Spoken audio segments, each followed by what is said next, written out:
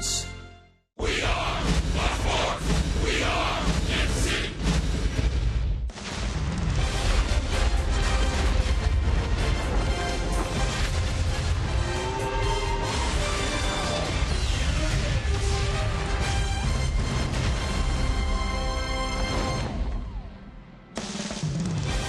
Royals baseball is presented by Academy Sports and Outdoors. There's a lot on the line today as we wrap up a 4-game series with the Minnesota Twins. The Twins have taken 2 of the first 3 games.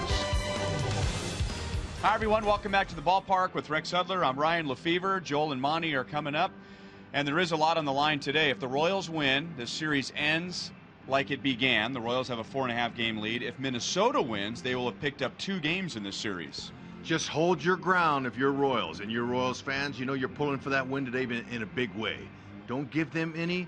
Didn't take any. That's okay. Just move forward for the last week before the break. Ervin Santana, the former Royal, will make his Twins debut today after a long suspension. He's pitched very well at AAA, so the Royals are going to need a big hit to beat him, and my bet would be that big hit would come from Lorenzo Cain. And why not? He's been driving the Royals bus offensively for the last couple of weeks. You know, he's had a hamstring issue where, you know, he can't get a lot of leverage on that back leg. That's that right leg that's been bothering him. So why not keep your hands inside of the baseball when you swing, use the whole field, and it makes you quicker on that inside pitch. There it is. Your eyes are able to recognize that because you're going to the opposite field, and he is flat out hot. Got his average up over 300. He's definitely most trusted. Danny Duffy will make his 3rd start since coming back from the disabled list today, going up against his former teammate, Ervin Santana. And Joel and Monty will discuss that right after this.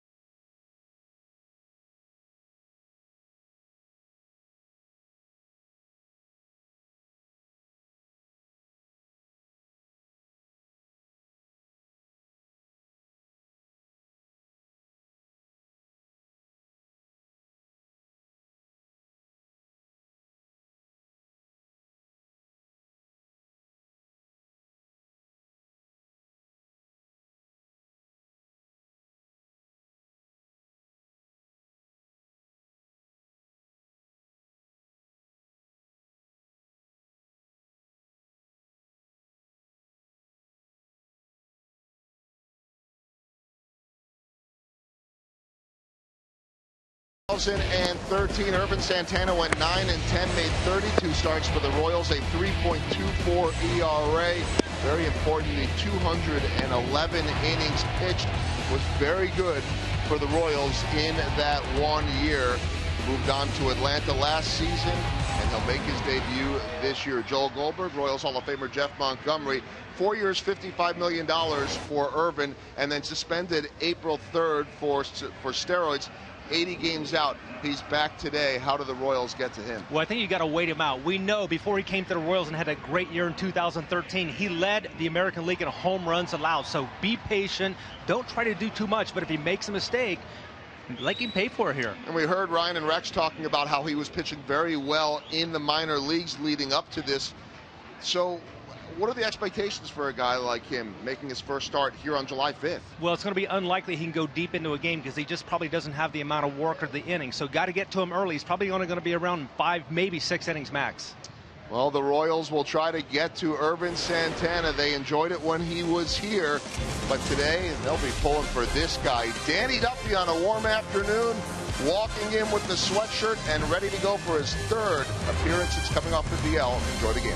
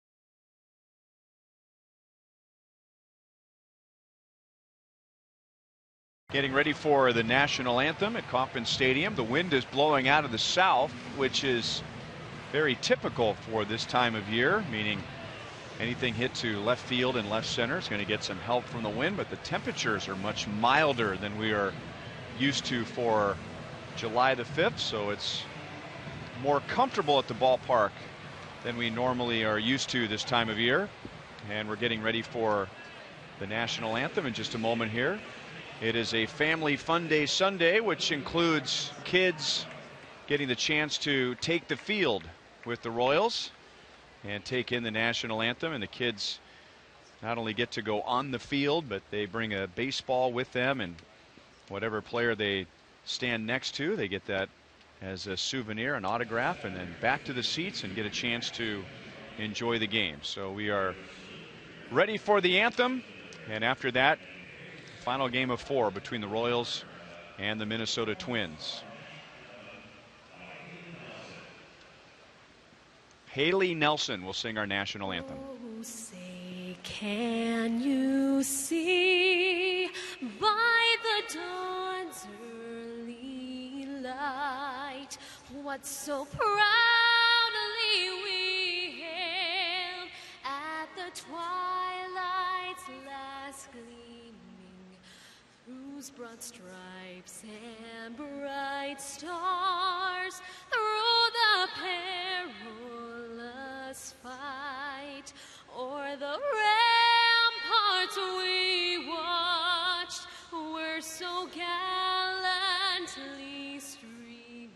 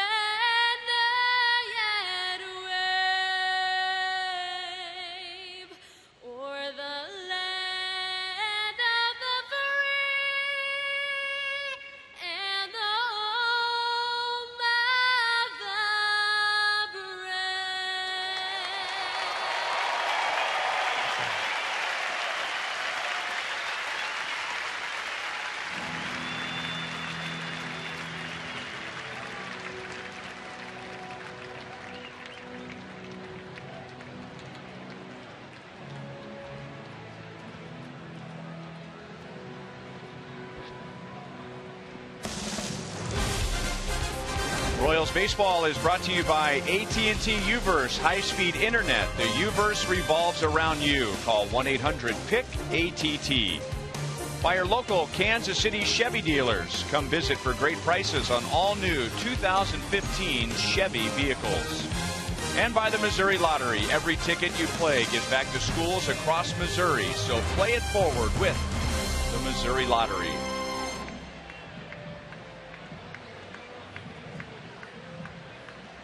So a big 2-game swing today. If the Royals win, it's a 4.5-game lead over Minnesota. If Minnesota wins, they are just 2.5 games back, as Paul Molitor's team is 2-2 in July. They had the worst June in the American League. They went 11-18. And here's his lineup today. All to face Danny Duffy, who's been on a nice little roll against the Minnesota Twins over his past few starts, and making his 3rd start today since coming back from the disabled list. And he's looked really good. He's got a nice clean fastball that's coming out of his left arm free and easy. Slider he's started out in his last start with a nice tight breaking slider, and then it got a little bit bigger just depending on what he wants to do with it. And his changeup's been effective. So Duffy wants to stay down in that zone if he can. And the Royals defensively today, presented by Ford. Ned Yost talked today before the game that over the next several games he's going to try and get his regulars a day off here or there. And today's a good day for Salvador Perez and Alex Rios to get the day off. No doubt about it, especially with a lot of the main Royals players going to play in that All-Star game. You know, that there's no mental or physical break there. Ned's got to find a way to give these guys a break, and I'm glad he's doing it.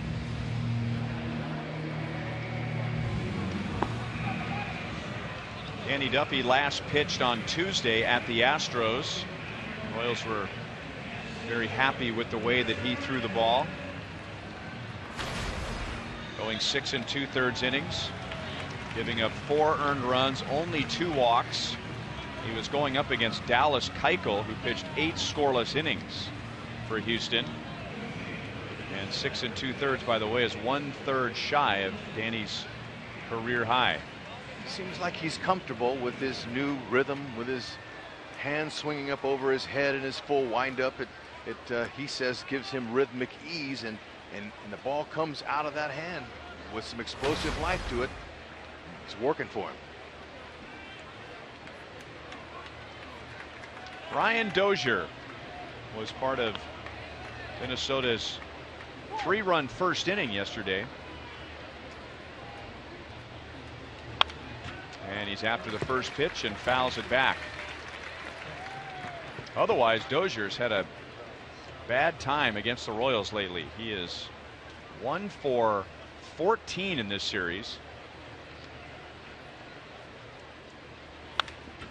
And he's after the second pitch and down, no balls and 2 strikes. Yeah, we watched Dozier swing at that first pitch of almost every first at bat that he's had to lead off for the Twins. He does have 11 career leadoff homers.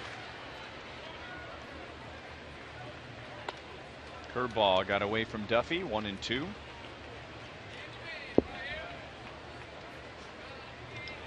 That was a pitch that Danny had excellent control of on Tuesday. Really had control of all of his pitches. That curveball is in the strike zone, and a little check swing. And that breaking ball he had in Houston was really sharp, like you mentioned, right over the top. Had really not a lot of depth to it, but it had some good hard downward bite.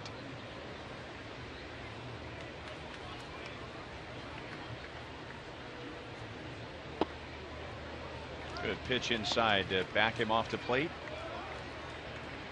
Dozier's not an old school leadoff hitter, swinging aggressively like he does. He hits for a lot of power, but he does the ultimate job of a leadoff man, and that is score runs. And Dozier leads the league in runs scored with 62.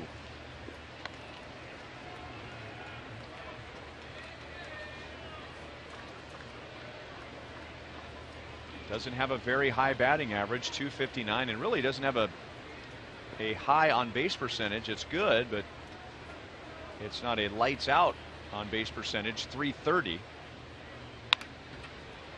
Yeah, you know, 30 walks, second most on the team behind Mauer with 32. So I don't think Molitor's doing any complaints with this guy leading off.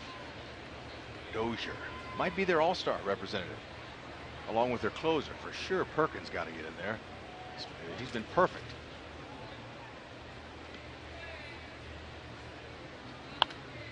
Another foul ball. So long battle between Duffy and Dozier to begin the game. Also leads the league in extra base hits. Second to Jason Kipnis for doubles in the American League. He has 25. Dozier, or Kipnis rather, has 26. And now fly ball into center field for Lorenzo Cain. So it took 9 pitches, but Duffy gets Dozier to begin the game. You mentioned the wind earlier before we started the game. And, you know, the ball's going to fly out to left center. Humidity, wind, sun can be a problem for fielders on the left side of the infield.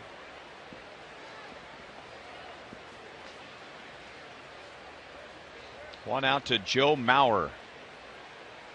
And he had an impact right away yesterday. Dozier got on against Joe Blanton. And the 4th pitch of the game sailed over the wall in right field. And Minnesota had a 2-0 lead. They went on to score another run in that top of the first. 2 balls and no strikes to Mauer. I mentioned that Danny Duffy lately, over the past couple of years, has done well against Minnesota. He's pitched Joe Mauer tough, but in Danny's last 6 starts against the Twins, his ERA is under 2. And Mauer goes the other way. Alex Gordon will cut it off and hold Mauer to a single, and that is base hit number 7 for Joe Mauer in this series.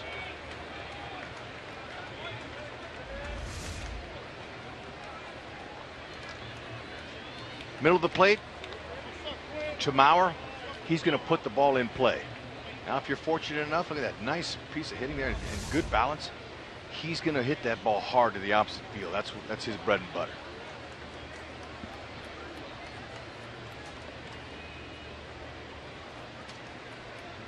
Torrey Hunter moves to the number 3 spot today, and he grounds it to Moustakas. Out at second. Double play. Inning over. So after the long battle with Dozier, Duffy ends up only facing 3 and throws 14 pitches. That'll save that pitch count. Had to use that defense.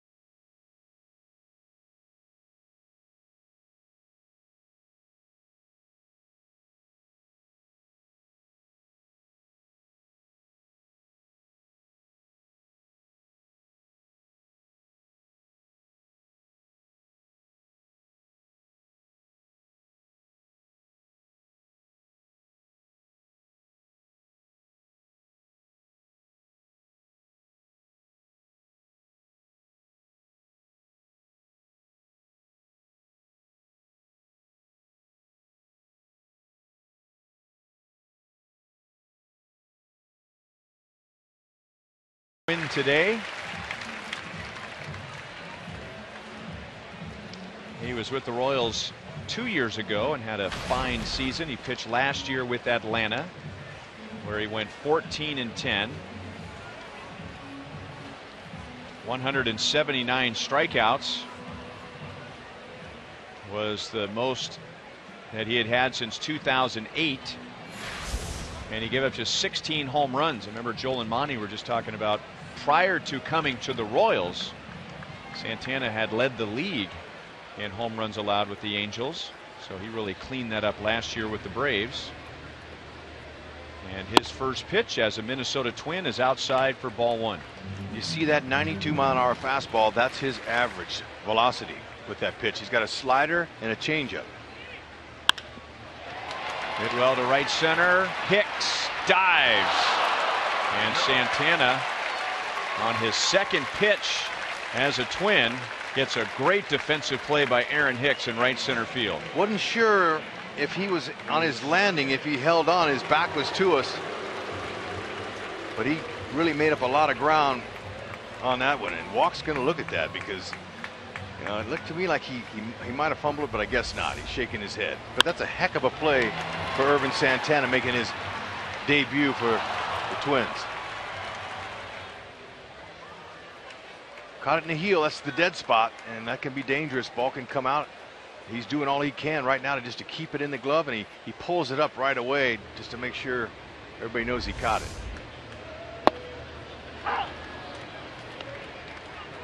Slider is his out pitch. He'll go to that pitch when he has runners in scoring position.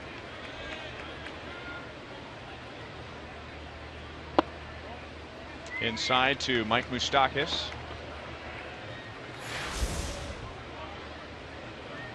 See what they've been hitting in last season in the National League against the slider. That's his good pitch. 175. Change up. Irvin's very smooth, has good mechanics.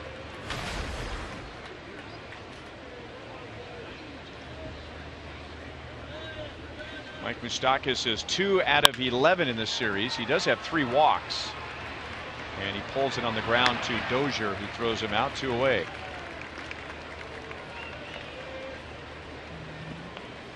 And a look at the Minnesota defense behind Ervin Santana. We already saw a big play by Aaron Hicks. Eduardo Nunez starts at short in place of Eduardo Escobar.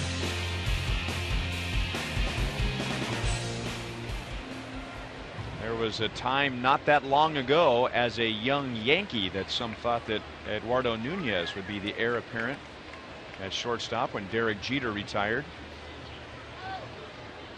2 down to Lorenzo Cain, and the Twins had him played perfectly, and Ervin Santana needs just 7 pitches to finish off his first inning of the year.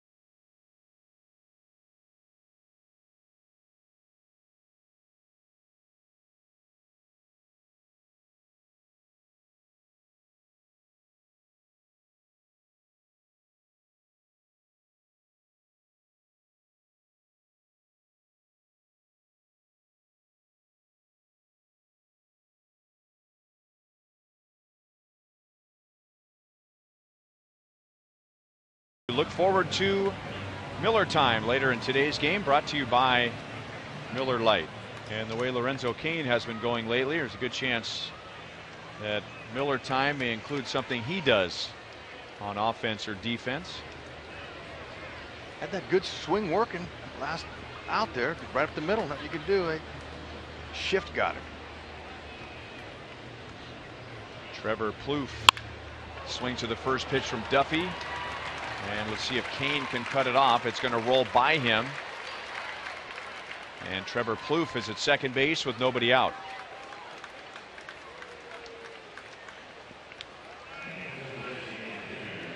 So far in this series, the Twins haven't done the greatest job of moving guys over and, you know, and playing situational baseball. Now they've won the first 2 out of 3 here because they've gotten some timely hits and they pitched pretty decently. But this is an opportunity right here. Sano is a power hitter. You're not going to exactly ask him to give himself up and shoot the ball to the right side, but they can do better moving runners. And now Plouffe goes to third. And Sano is swinging. And he hits it off the wall. Trevor Plouffe changed direction about 3 times. But he will score back-to-back doubles. Sano just missed his first major league home run. And Minnesota leads 1-0. Time to start mixing up that first pitch. Sitting all over it. Tom Bernansky, their hitting coach. Yeah, that's a breaking ball. It's down. You see Butera getting ready to catch and throw Plouffe out. Good inside out swing. Wind, humidity, ball carrying.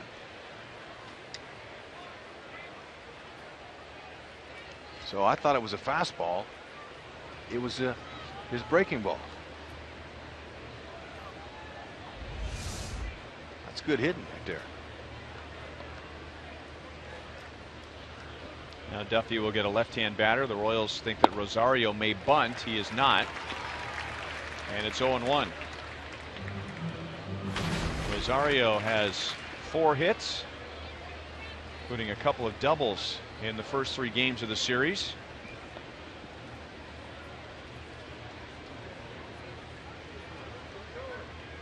And now he's going to bunt. Butera back down to second base. A lot of catchers, and especially veteran catchers like Butera, with a runner at second base in a bunt situation, if the hitter does not bunt, sometimes you can catch that runner leaning at second, and it's just a natural reaction to throw down there. Especially when the hitter bunts through the ball and misses it. That gets the guy off even more. But in fact, he pulled back, saved Sano from getting picked off. 3 pitches, and Duffy strikes out Rosario. That's his first strikeout of the day.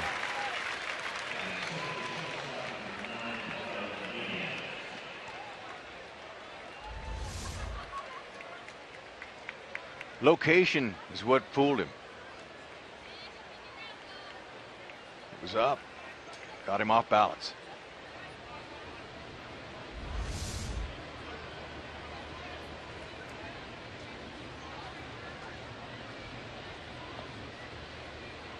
So 1 away to Eduardo Nunez.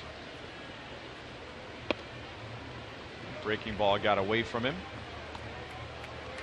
Yeah, last couple breaking balls, looks like Duffy's shoulder's coming out a little bit. He's opening up a little bit too soon. Just keep that shoulder closed and stay on top of that one. Get his grip on that baseball up where he can get that good downward rotation. Anything that breaks on a more lateral plane is easier to hit.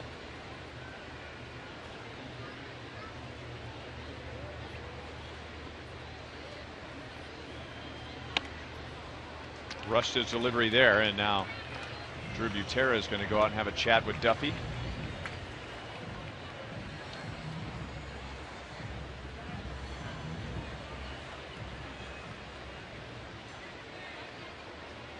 know, it's those visits to the mound. Sometimes it can make a difference.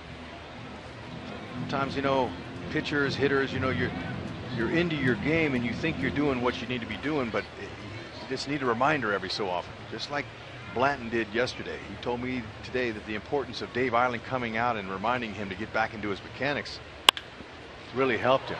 Wow. Mike Moustakas like a hockey goalie with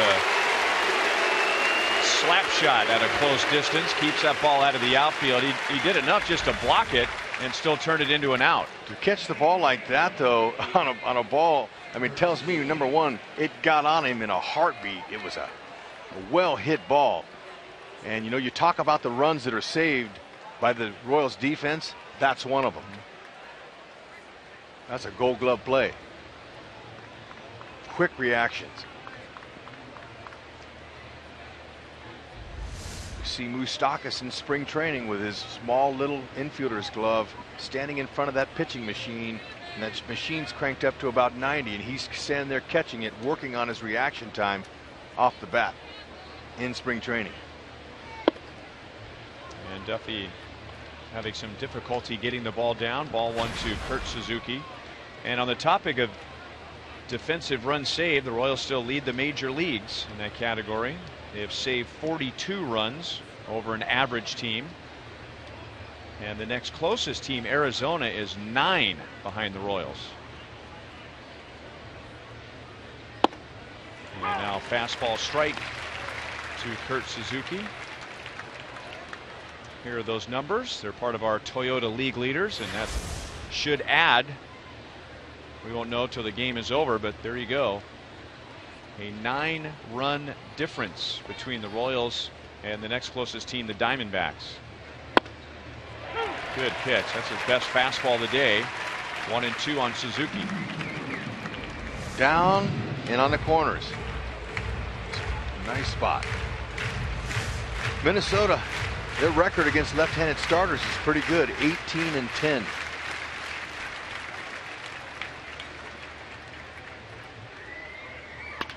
High curveball hit out to Escobar.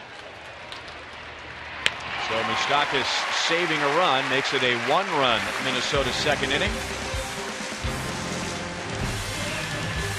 Twins lead 1-0.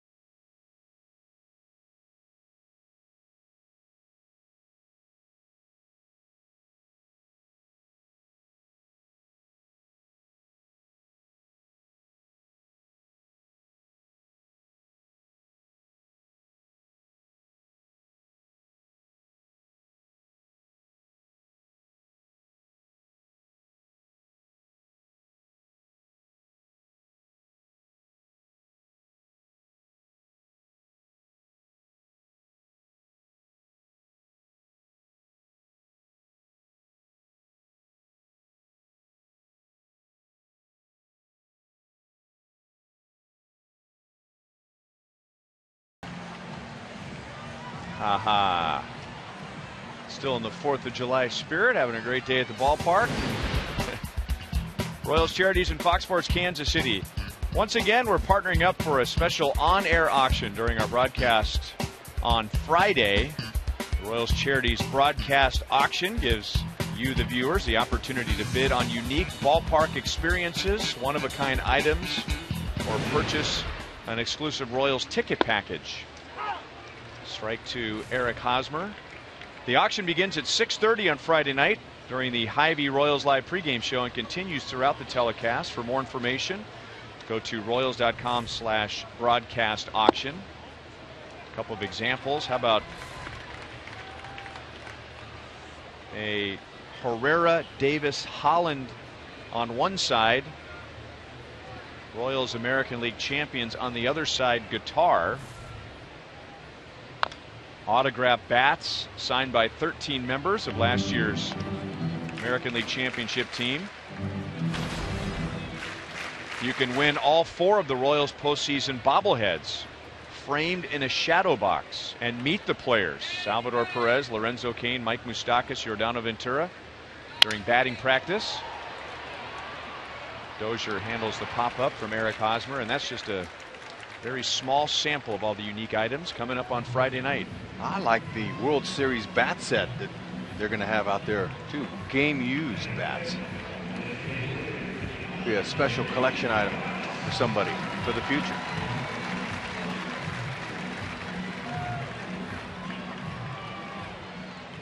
Urban Santana has retired the first 4 Royals. And now his former teammate with the Angels, Kendrys Morales.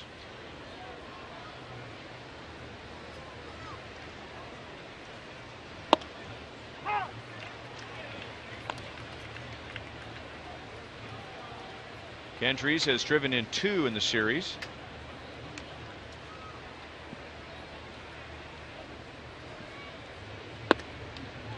To me, the key to win today's game is going to have to be to get that big hit.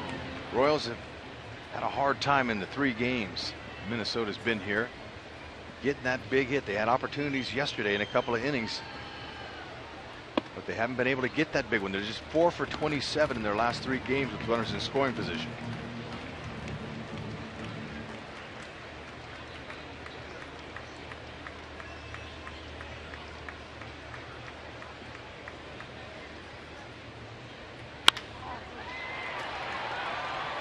Left center field. Hicks looking up into the sun, and with the sunglasses on, makes a play for the second out.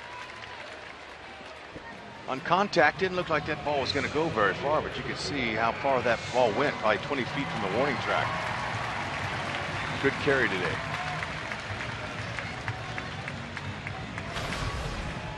Two down to Alex Gordon. Minnesota's pitched him well. Alex is 1 for 10 so far in this series. Over his career, Alex has been very good against the Twins. He has also walked twice.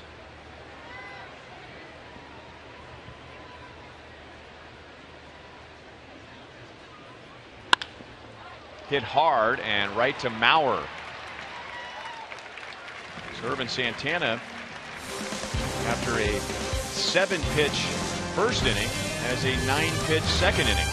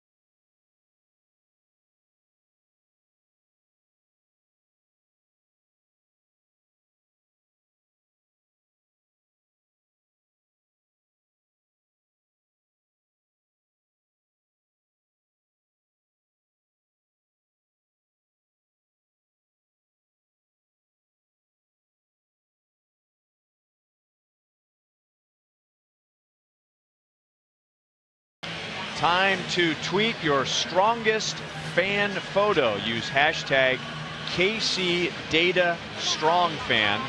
That's KC Data Strong fan, and you just might see yourself in an upcoming broadcast brought to you by T-Mobile.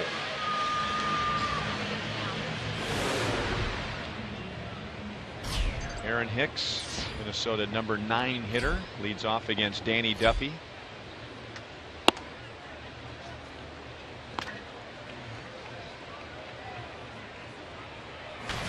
Hicks is hitless in this series and hitless in his last 12 at bats. Good curveball. 1 ball and 1 strike. Twins have been waiting on Aaron Hicks for 3 years now to grab center field and run with it. 1-2. The timetable that organizations have for their players sometimes are different than what the player is experiencing in their growth. Sometimes it's hard to explain. It takes some guys a little bit longer than others, but they're patient with him. They love his defense, and they're hoping that the bat will come. He's a projected guy that could, hit for some power. He's got a very good athletic body, strong. He'll have some at least 10 to 15 home runs in his future per season.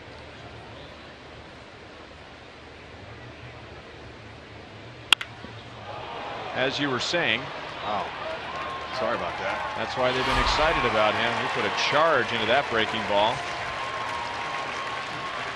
That is number 2 for Aaron Hicks. So much for the 0 for 12. And Minnesota has 4 hits, 3 extra base hits, and a 2-0 lead in the 3rd inning. He was able to time this breaking ball. He saw it coming in off the plate, maybe a foot, and then with that break, came right back to the middle of the plate and stayed up belt high. I would say he hung that one.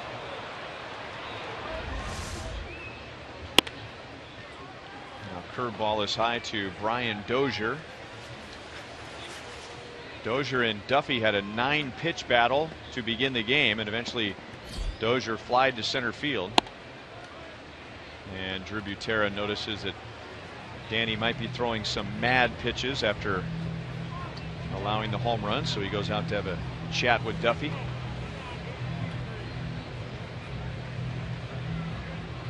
While they chat, we remind you that with Tampa Bay coming to town Monday through Thursday, Game 2 is a T-shirt Tuesday. First 10,000 fans through the gates receive a shirt featuring the HDH back end of the Royals bullpen, Herrera, Davis, and Holland. That's presented by Sonic. Gates open at 5:30 for the 7:10 game on Tuesday. Duffy falls behind 3-0 on Dozier.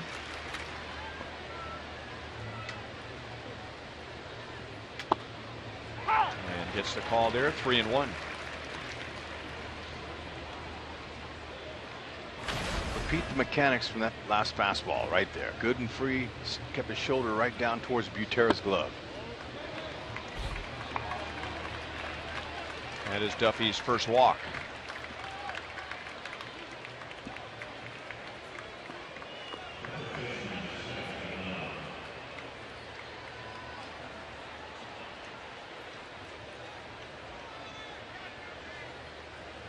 And now he gets Joe Mauer, who has 7 hits in this series. He's 7 out of 13. Went the other way with a single in the first inning.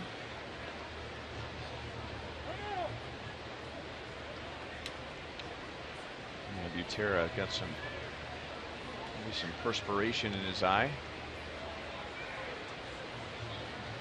Mauer in his 12th year. .319 career batting average. So with that type of average, he's going to be able to hit lefties. .272 so far this year with 3 homers. Stays inside the ball well.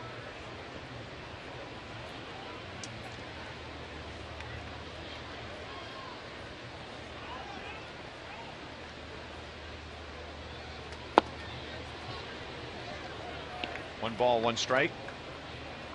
historically, Mauer has not done well against Duffy, and that's the case for a lot of left-hand batters. Bottom part of that graphic there. Last year, lefties hit 137 against Duffy. That was the best in the major leagues for pitchers that had as many innings as Duffy did. But for whatever reason this year, it's been a completely different matter. Lefties are not only improved over 137, they've done quite well this year against Duffy. Fastball location, curveball location, most of those pitches have been up this year so far. He hasn't really got into the groove he wants to get in. He has grounded into 12 double plays this year. Duffy's already induced one. See if he can get him in the lane again. Here we go. Out at second, quick turn. Didn't get him. Royals may take a look at that. Don Wakamatsu runs to the phone in the Royals dugout. Ned Yost to the top step. And nope, the Royals believe that Gary Cederstrom, the first base umpire and crew chief, got it right. Mauer out of the box. He didn't want to become a double play victim again, so he really was busting it. Good turn. Nothing you can do about that. But Mauer really put on a little extra speed coming out of that box.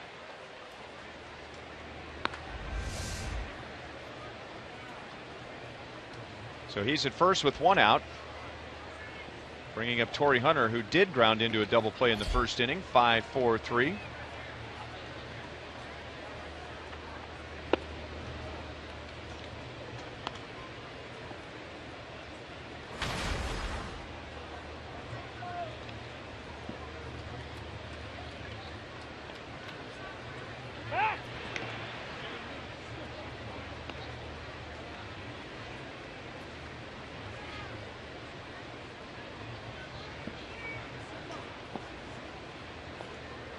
Torrey Hunter just 2 for 13 in this series with an RBI. That RBI was a big one, though. Yesterday came late in the game and gave Minnesota a 2-run lead, 5-3, and that ended up being the final score.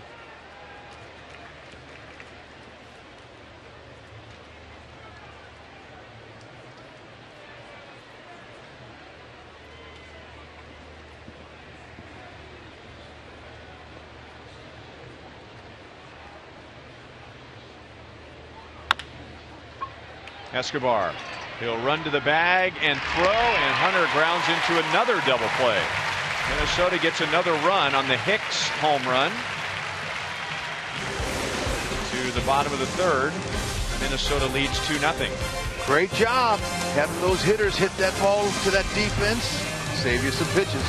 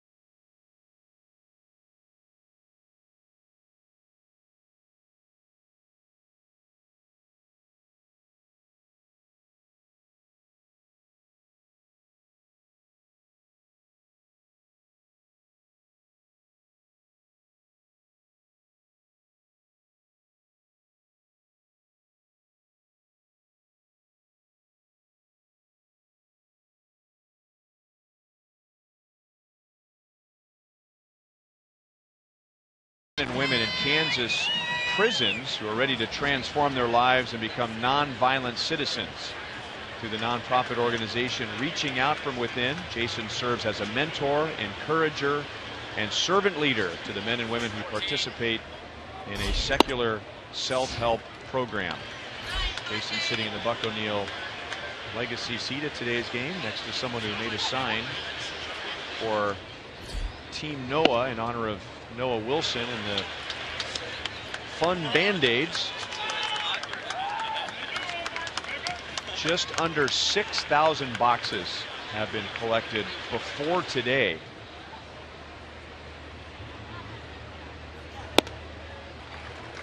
And now 3-0 from Irvin Santana to Omar Infante, leading off the third inning. Royals have been 6 up, 6 down so far against Irvin Santana. And there's their first base runner. And it's Omar Infante who takes a walk. That is number 4 for Omar Infante. Nice to see. Get on base, make something happen, make Irvin Santana expend a few pitches. He's cruised so far through the first 2 innings. Make something happen here. You know, he could see a little small ball. Plouffe believes it. He's in on the grass, the third baseman. Dyson with an excellent bunter.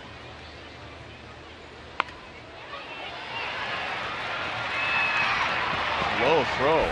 Santana almost threw it away. So Dyson was going for a base hit, but he gets Infante to second base, 1 out. Not a bad idea at all. Sputtering offense, having a hard time getting guys in scoring position and then scoring them. Sometimes you give yourself up. That is former Major League catcher Sal Butera.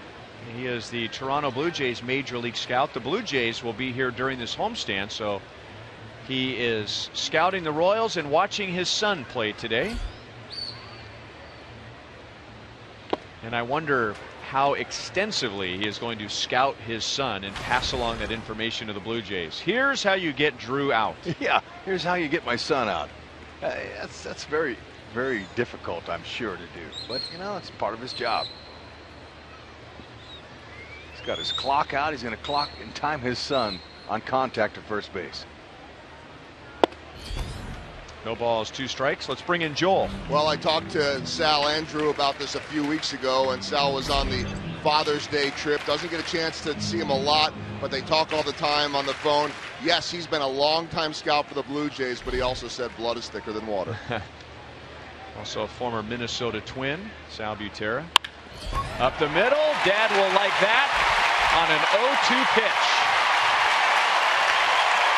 So a late Father's Day gift there is Drew in front of Dad. Drives in Omar Infante, and the Royals are on the board.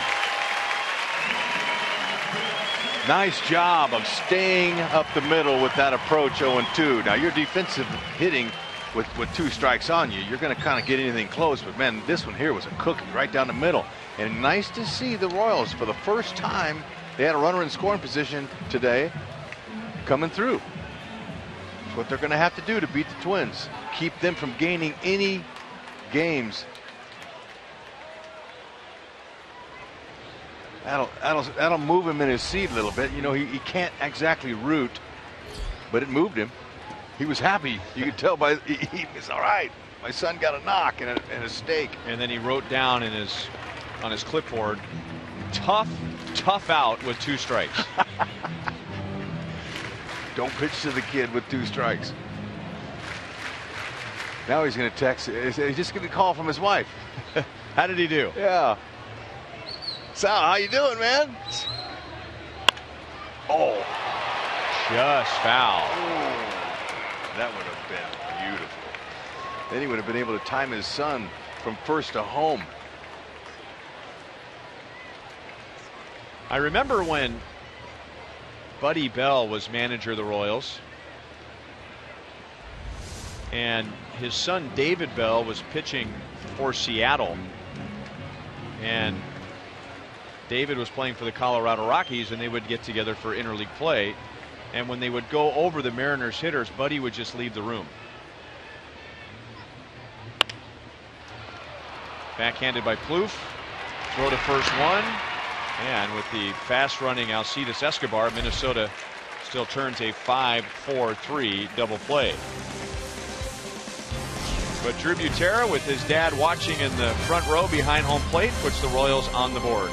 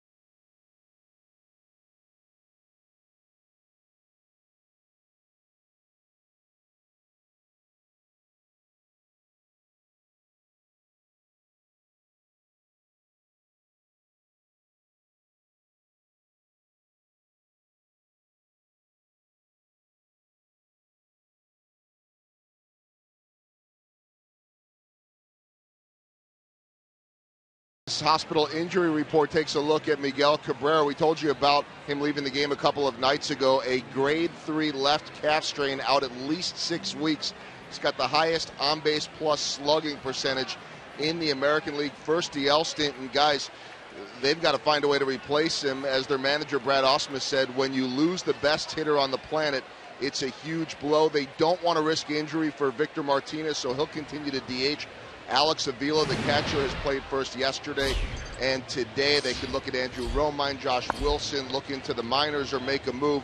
And maybe making matters even worse, Justin Verlander, today 5 innings, 7 hits, 7 earned runs, 2 walks, and 2 homers. He's done after 5. Ouch. Nice.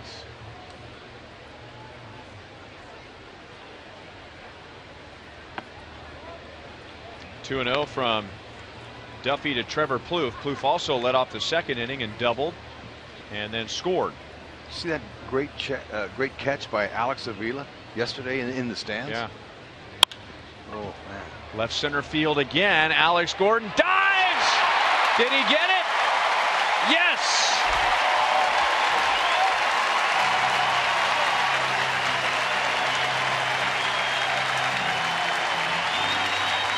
No way Alex gets to this ball. On contact, there was nothing but a ball hit between the two fielders. That ball was going to land on that Trevor turf. It's beautifully manicured until Alex gained, caught it right at the end of his glove, and there was no doubt. He's the best fielder in the American League. They gave him an award for that. Tip your cap to the Platinum Glove winner. So instead of a runner at second base and nobody out, 1 out, nobody on, to Miguel Sano, who just missed his first major league home run in the second inning, doubling high off the wall and driving in Trevor Plouffe, who had doubled in front of him, and that was Sano's second major league RBI. This is his first big league series. He is 5 for 13.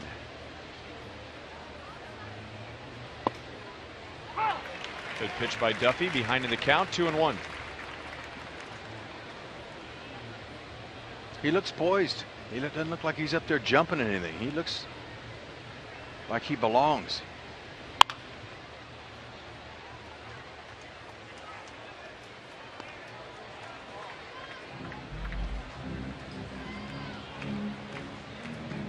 Pretty impressive, that first pitch breaking ball that he hit off the center field fence, 410 straight away for that double you were talking about.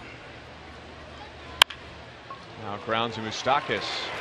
Ball came up for him, and Snow is out, number 2. Moose is hot today over there in the hot corner. You can expect a lot of ground balls left side, lefty pitching, righties stacked in most lineups against left-handers. Moose is saying bring it on. I like to see the routine plays made, how the fielder taps his glove, gets his feet lined up to where he's going to throw it. Can be a helpful tool for all those young baseball players here in the Midwest, future big leaguers. The routine play and the fundamentals of this game of baseball go from the very top here at the major leagues, and they're teaching the same things up here as they are in Little League baseball and travel ball. Same things. Baseball is as a fundamental a sport as there is. Catch it, throw it, try to hit it. Routine play right at him. Watch him. Okay, he's going to get some momentum going towards his target, taps his glove, gets his feet right over the top. From the left side, got to stay on top. The ball won't sail on you.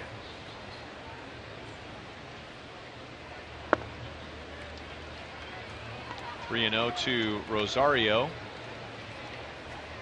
Duffy struck him out on just 3 pitches in the second inning.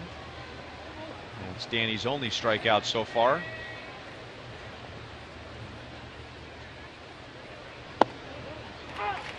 Three and 1.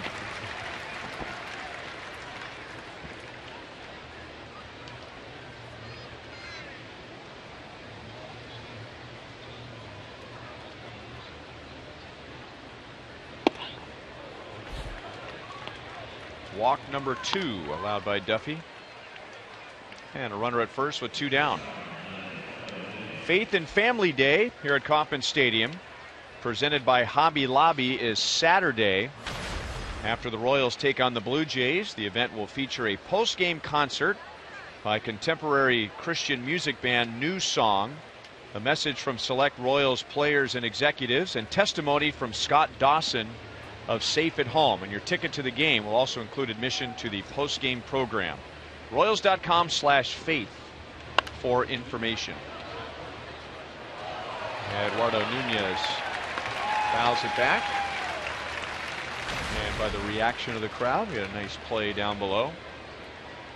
Nunez couldn't hit it any harder and hit a one-hop shot to Moustakas, who got some glove on it, kept the ball out of the outfield, saved a run, and threw out Nunez.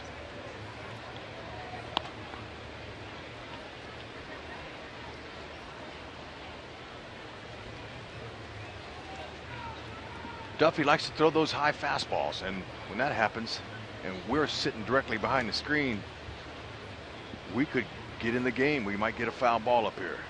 Ball's coming back hot.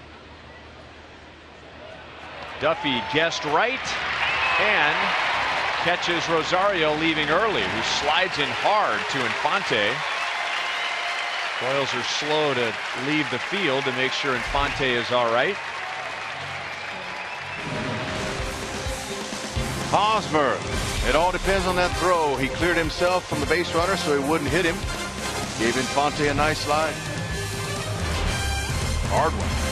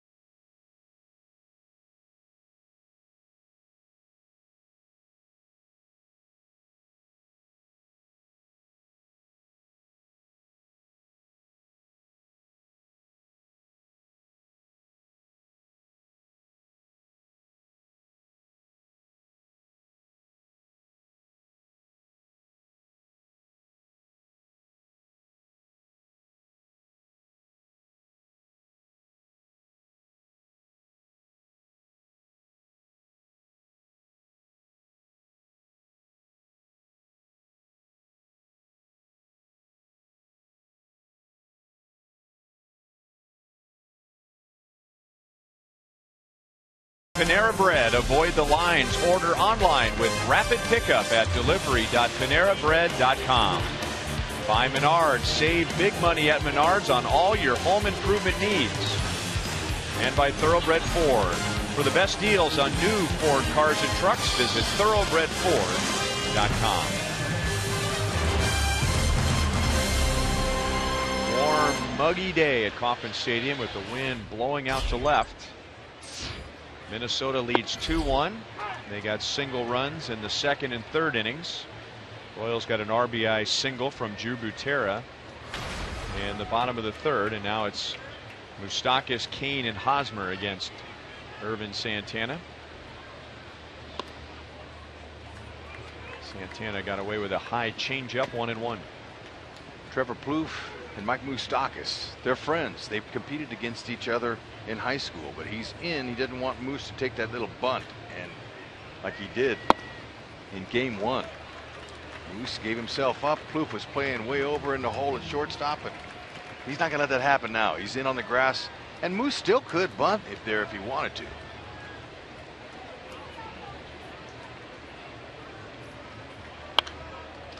You know, I noticed when Moustakas grounded out in the first inning, we spent a lot of time, and now at 2 strikes, Plouffe will shift over. But they played Moustakas to that shift. We spent a lot of time talking about that on Thursday and Friday, but when he batted in the first, they played him straight up. Mind games. There's that Santana slider. We haven't seen many of them today. And that is his first strikeout. 1 down in the 4th inning. Signature pitch starts out on the inner half, has a little breakdown.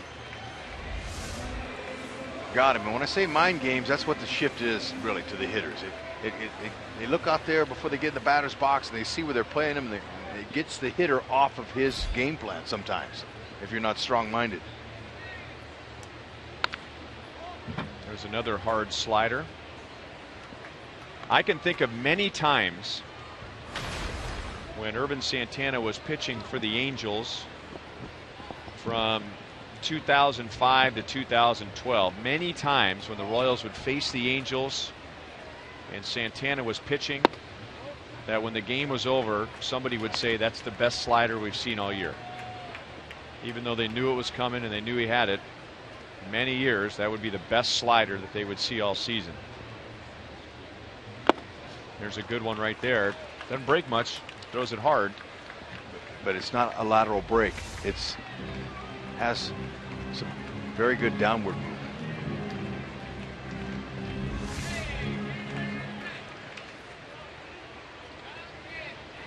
Lorenzo Cain grounded out to the second baseman Dozier in the first inning. Interesting. You know, when Cain grounded out, we thought it was a nice hard hit ground ball up the middle, and Dozier was playing right behind second base, and now Dozier is not playing right behind second base.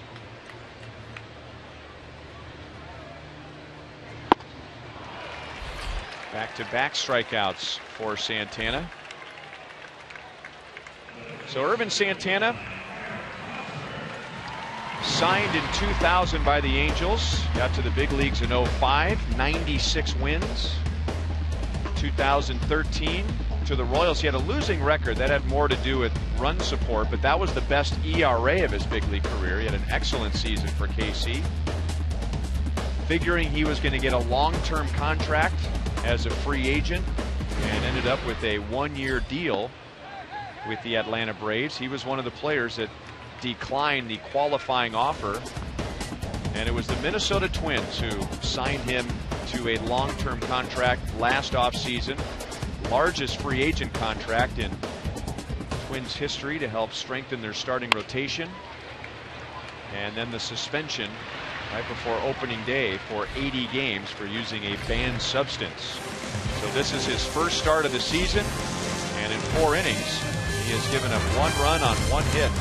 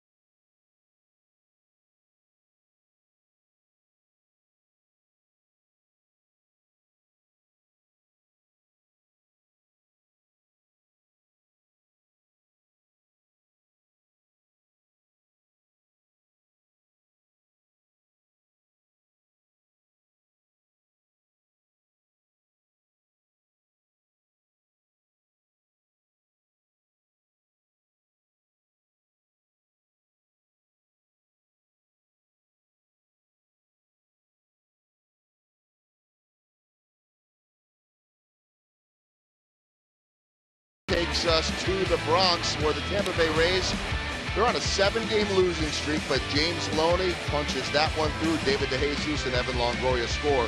Rays up 4-1. They're coming here for a 4-game set. Chance they could see Yordano Ventura pitch on Thursday. He was originally slated for another rehab appearance, but Ned Yost saying today they're going to pull back on that. He'll throw a side session, and so maybe perhaps he will be the one starting on Thursday. Stay tuned on that, guys. Okay, Joel, thank you. So good news is Royals opening day rotation is coming back together slowly but surely. Not a great bunt. Duffy's on it and throws a bullet over to first base to get Eduardo Nunez. And now Paul Molitor is out of the Minnesota dugout. Nunez is in no hurry to leave first base. He thought he was safe. Yeah, he gets that down the line. He would have been. A little bit too much towards the pitcher. Duffy made a nice play. Didn't panic. Caught it. Spun. Fired a strike. Out.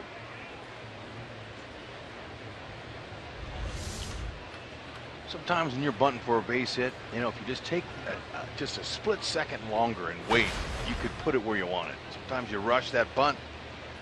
Difference between an out and a base hit. Duffy, we just showed you getting a lot of ground ball outs today, which is a good plan with the warm, muggy afternoon and that wind blowing out of the south out toward left and left center. And he's 0-2 with Kurt Suzuki. He was a ground out victim to short in the second inning. Danny has walked 2. He has struck out 1. Minnesota has 2 runs, 4 hits. That was an afterthought swing. He's had better swings in his career. Yep, a little emergency hack there. Sometimes you get indecisive. You're not sure exactly what you want to do. You just go ahead and try to foul it off at the last minute. Into shallow right field. Gerard Dyson's out there today. 2 outs. Remember to vote for the Royals Player of the Month at rallyhouse.com, and you'll be entered to win a majestic prize pack from Rally House.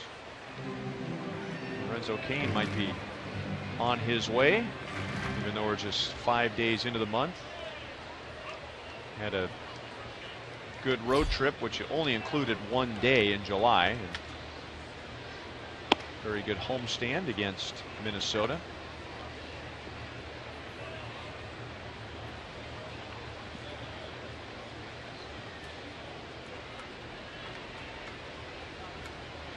This is Minnesota center fielder Aaron Hicks, who hit his 2nd home run of the year to left field in the 3rd inning.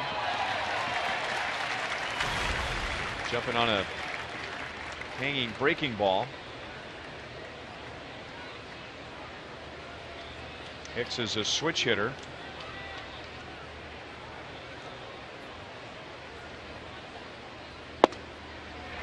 And at one point was struggling so badly last year that he dropped the left side of the plate and only hit right-handed, his natural side.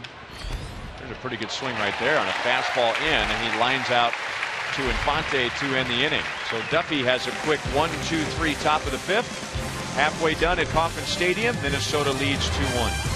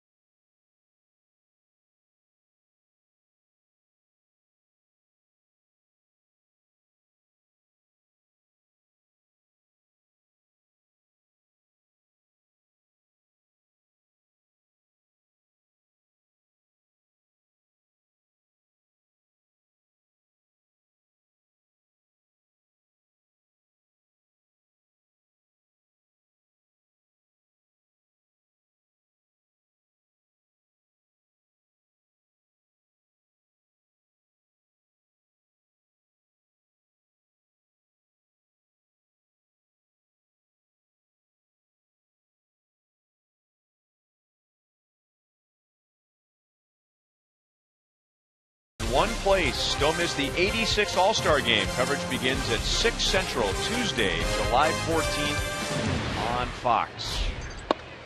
A week from Tuesday, this upcoming Tuesday. And the Royals, of course, had 3 rainouts that they need to make up. So this is just game number 79.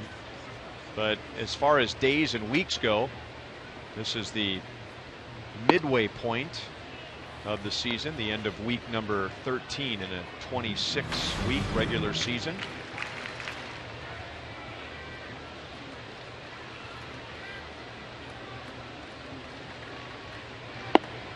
Strike to Kendrys Morales, and later tonight we will find out which Royals will start the All-Star game. It's the Esurance All-Star Selection Show, which will be broadcast at 6:30 Kansas City time on ESPN. All of a sudden, Urban Santana is using his slider quite a bit. First time through, really didn't use it much, and now in the last 2 innings, he's retired the last 4 with 3 strikeouts. He's smart. He wants to, if he can have some success with his fastball first time through, why show him that pitch? He's been able to do that. Royals didn't get their run till the 3rd inning. And now when second time through, he's given that look to some of these hitters and they haven't seen it. He's struck out 3 out of the 4 second time through.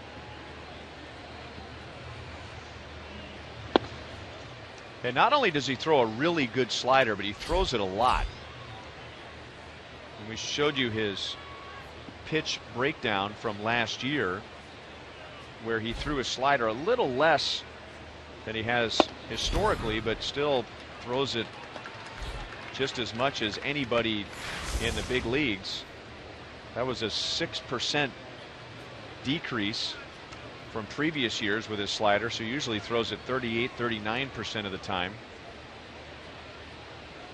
And that's a pitch that puts a lot of strain on the elbow, and teams have been worried that Urban Santana is getting closer and closer to Tommy John surgery, and that's why the Angels made him available. The Royals had him here for 1 year. Teams stayed away from him after that good year with the Royals.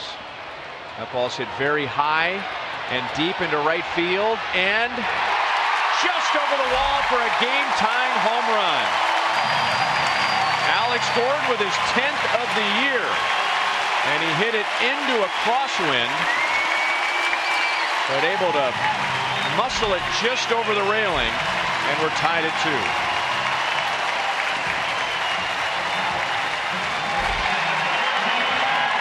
Alex Gordon looks like he pulled out his 9-iron and just took a nice easy swing on this slider that just spun. It stayed up in the middle of the plate, got up underneath it. He had Alex out in front, but Alex was able to keep it fair, keeping his bottom hand through the ball, didn't allow it to hook, and that fan got Alex Gordon's 10th homer of the year, 33rd RBI.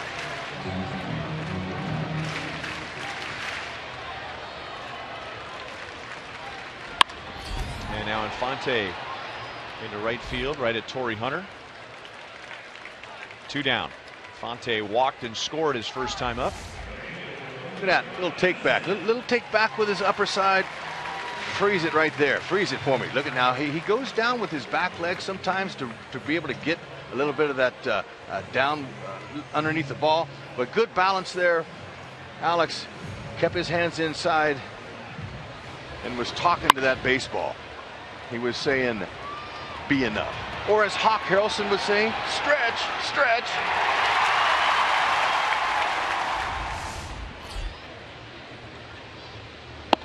Dyson tried to bunt for a base hit his first time, bunted it back to Santana. He still got a sacrifice out of it and helped set up the Royals' run by getting Infante to second base. So just to finish the thought before the home run, teams were worried about Santana's elbow, and then Minnesota finally said, you know what, we've seen enough, we'll give him a 4-year deal. And it wasn't his elbow that cost him the first half of the season, it was a suspension.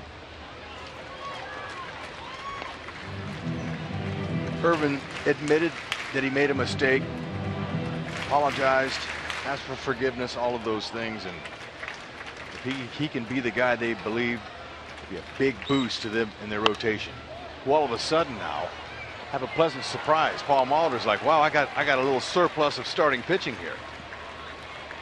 It's always a good thing to have. And even without Irvin Santana, Minnesota Twins have the 5th best ERA among starters in the league. Number 5. Nunez brings it down to get Dyson. Alex Gordon always seems to hit well against Minnesota. It's his 10th of the year. And we head to the 6th in a 2-2 tie. You can't put it all on the board.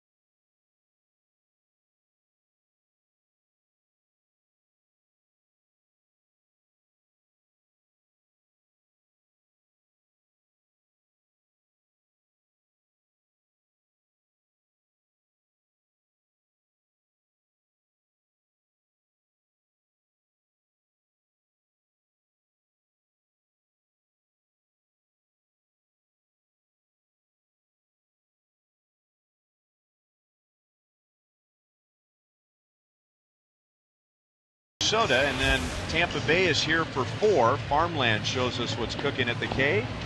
T-shirt Tuesday coming up in 2 days. Student night on Wednesday. All you can eat seats for the Thursday afternoon game. And then the last 3 before the All-Star break. Friday, Saturday, Sunday next weekend against the Toronto Blue Jays. It's the 6th inning. It's Sunday, which means we welcome in Royals Hall of Famer Denny Matthews.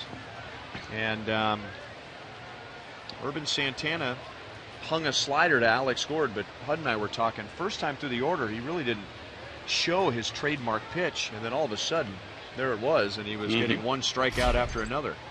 Yeah, that home run was, you've heard of the wind blown home runs?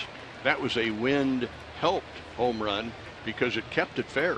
That wind out of the south at about 18 to 20 now, and I think that helped. Alex hit it high enough to allow the wind to get at it. And the wind might keep this ball in fair territory as Eric Hosmer makes a play to get Brian Dozier, who just continues to have problems with the Royals this year. And Danny Duffy gets the leadoff man in the top of the 6th.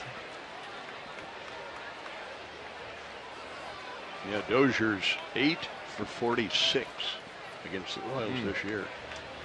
It's not very good. And he's having a terrific year. Yeah. Hud and I discussed this on Thursday. You know the answer to this because you've been looking at the stats for the first 4 games of the series. But if I had asked you on Wednesday before the series began, Denny, who leads the American League in extra base hits? How long would it have taken you to get to Brian Dozier? I would have worked my way through 53 guys before I'd come to Brian. There's Joe Mauer with another base hit. That's number 8 for him in this series. His 2nd hit today, and he's on with 1 out. Denny, why does Joe Mauer like to hit Royals pitching? Well, number 1, I think he likes the ballpark. Every pitcher loves the ballpark, and there are a few hitters. You got a lot of space out there, and he's kind of a use the whole field type of guy. Hit his home run to right, and as we all know, everybody gives him the gap in right center, and they play him to left center. And a lot of his hits go to left, and this is just, I think, a great ballpark for him. He feels good here. I think he sees the ball well here. Good backdrop for him. Just my opinion. Sold me on it. I think other than a 6:10 start, or maybe the middle of a 2 o'clock start, say for the home opener, I can't recall hitters ever saying, I don't see the ball well at Kauffman Stadium. Good point. I never heard that either. Yeah, I mean, it's not a knock on this ballpark at all. Boy, how'd you like one of those on a day like today? Does that look good? 1-1 to Torrey Hunter, and Danny Duffy is going for the trifecta right here. He has already gotten Hunter to ground into a double play twice. Torrey's had a tough series too, like Dozier. 1-3 in their batting order, and that helps.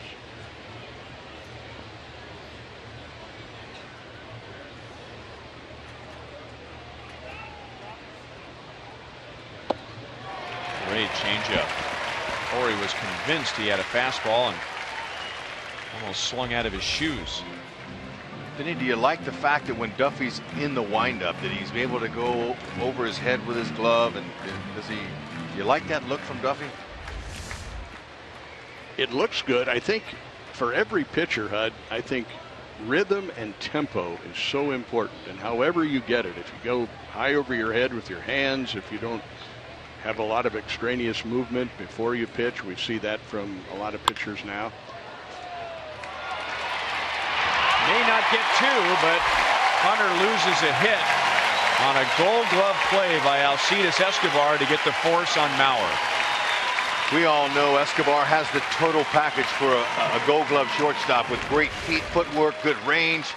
But I'll tell you what, his arm is really good. I think that's his best tool, and he uses that here in this situation. He gloves it and is off balance, gets up and gets some leverage, but really is able to get on top and fire a dart.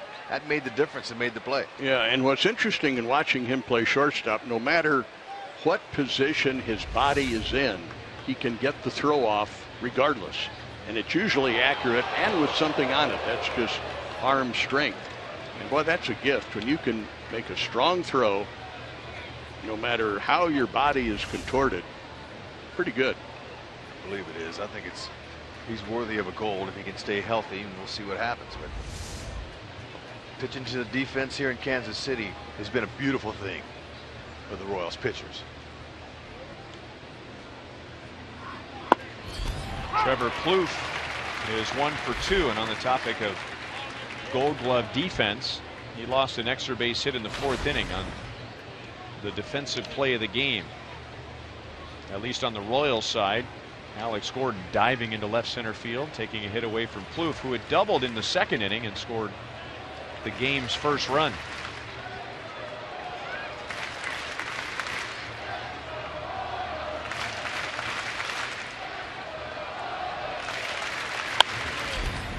Oh, and 2.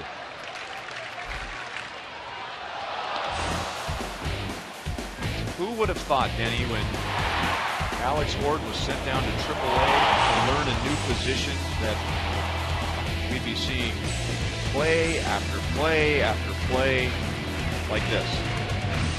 It's hard to fathom, but hard work and the athleticism of playing the infield your whole life, basically. And now you take the infield skills to the outfield, combine that with the hard work, and you've got some Gold Gloves to talk about. Kane there in center field to end the inning.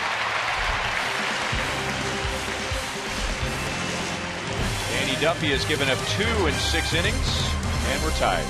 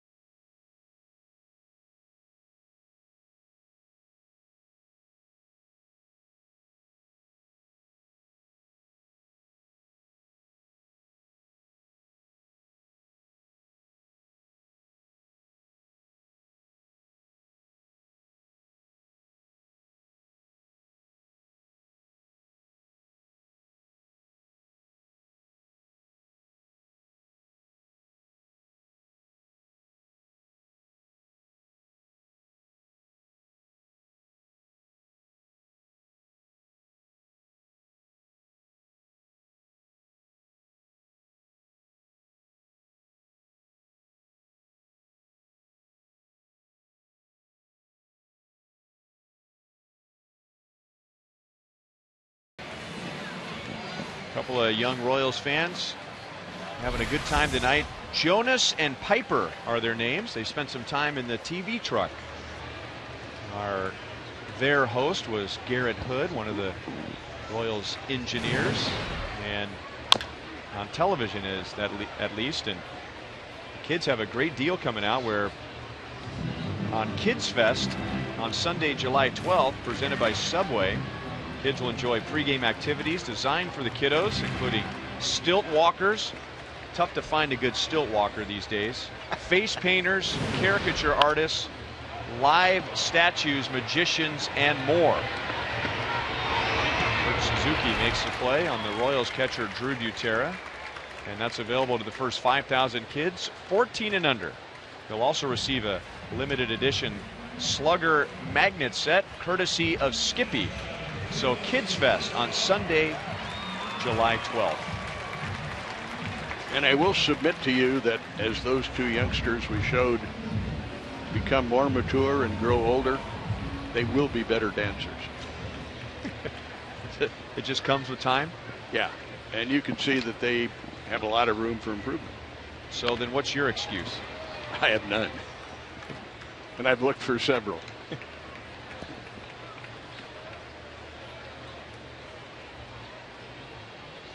Alcides Escobar is 0 for 2 against Irvin Santana. Our Sonic Slamming contestant is Ken Mullins from KCMO. The Royals hit a home run in this inning. Ken wins $900. 0-2 on Escobar. If the Royals hit a grand slam out of the park, then Ken Mullins wins $25,000 from Sonic and the Kansas City Royals. Royals had a home run last inning by Alex Gordon to tie the game. And Escobar is down on 3 pitches. Santana strikes out his 4th.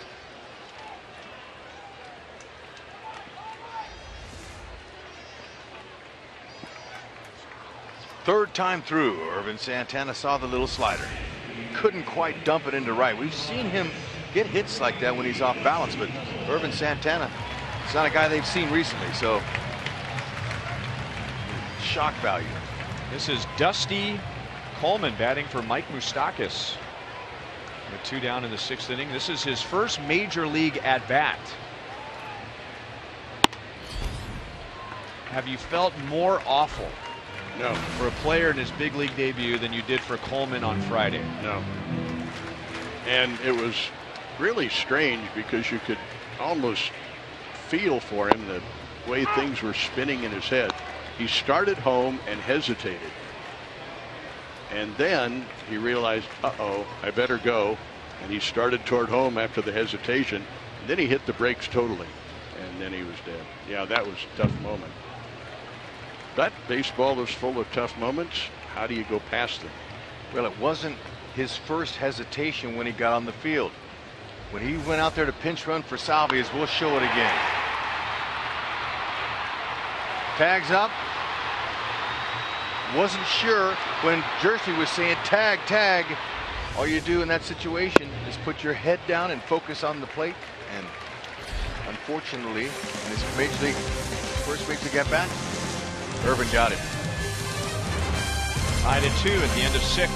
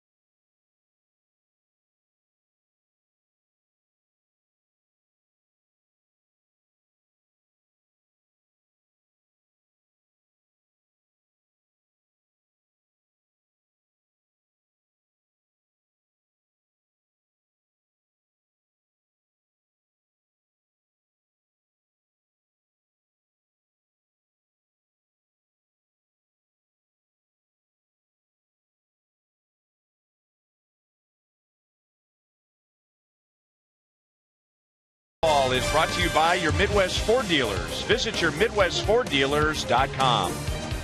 And by Academy Sports and Outdoors. Right stuff, low price, every day.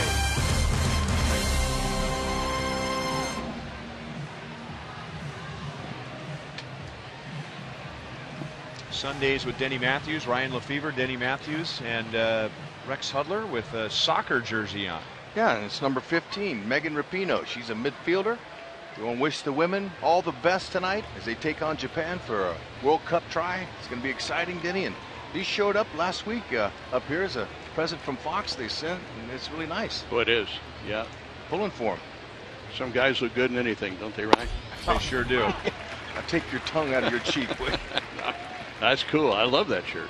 It's beautiful. It is. Really is. Hoping for a victory tonight. Soccer it to them, right? That's right.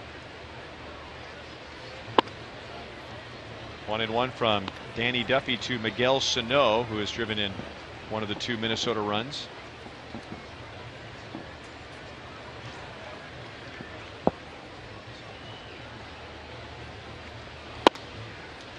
Down and away, that's where you want to pitch this guy. He just missed his first big league home run in the second inning, hit about halfway up the center field wall. He did drive in his second run of this first Major League Series for Sano.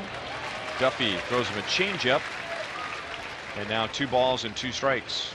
Sano, Rosario, and Nunez coming up. So Denny, now we can get a chance to look at Duffy in his full windup. Hands over the head.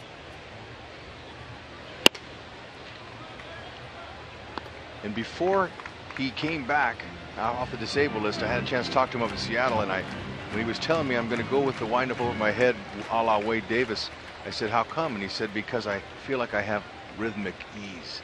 Rhythm and tempo. We mentioned that an inning ago. And even as a hitter, you can tell, you can feel when a pitcher has good rhythm and tempo. He gets the ball and throws it. He gets the ball and throws it. And I'll bet you could put a stopwatch on him, and the time that it takes between pitches wouldn't vary more than 1 or 2 seconds.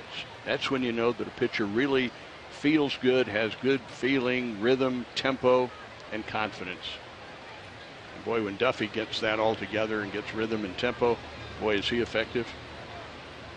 Our starters comparison presented by Academy Sports and Outdoors, and it's a good one. Although Santana's only given up 2 hits and 3 runners, but both have gone 6 innings and given up 2 runs. And now Rosario bunts back to Duffy, but the play is to first base, and he got him. Danny Duffy didn't get a whole lot on that throw, but he got it over to Hosmer in time. Like he threw Hosmer a changeup.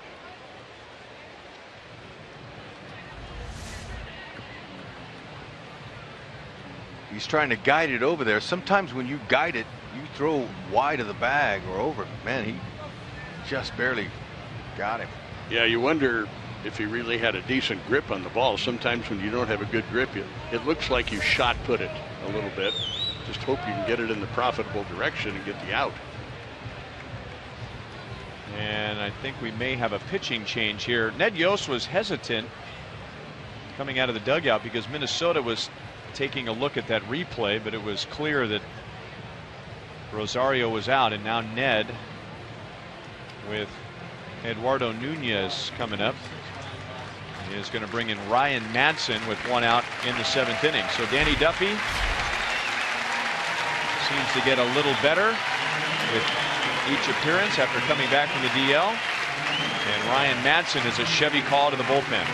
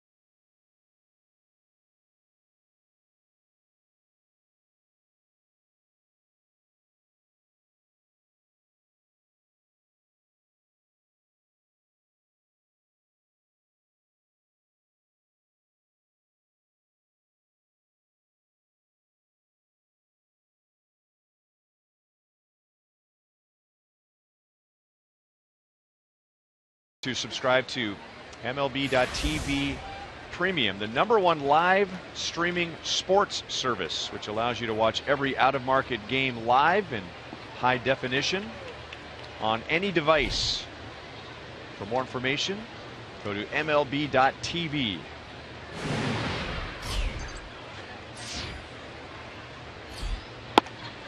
Eduardo Nunez against Ryan Madson.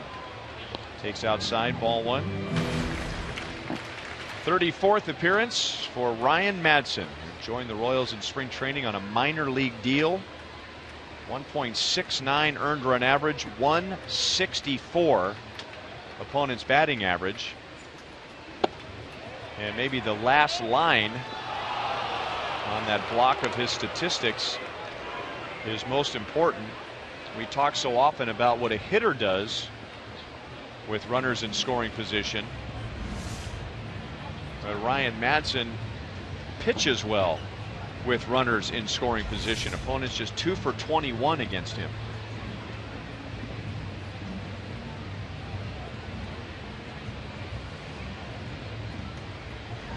It's a great stat, isn't it, for a guy coming out of the bullpen? Because maybe not so much anymore, because now every pitcher has his own inning. But in this case, the inning is 1 out, 1 on, runner in scoring position. So a lot of times Madson will come in to start the inning and have the inning for himself. Very high in the air to left center field. Alex looking up into the sun. He'll make the play on Nunez, who is 0 for 3, and Sano goes back to second base.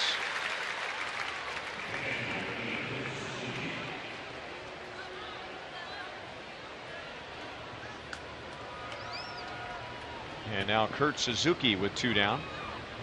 Madson possesses a very nice fastball, 90 to 95, and he's got a couple of sliders that he might throw in there. Not very often, occasional sliders, but his changeup is really his go-to pitch when he needs an out.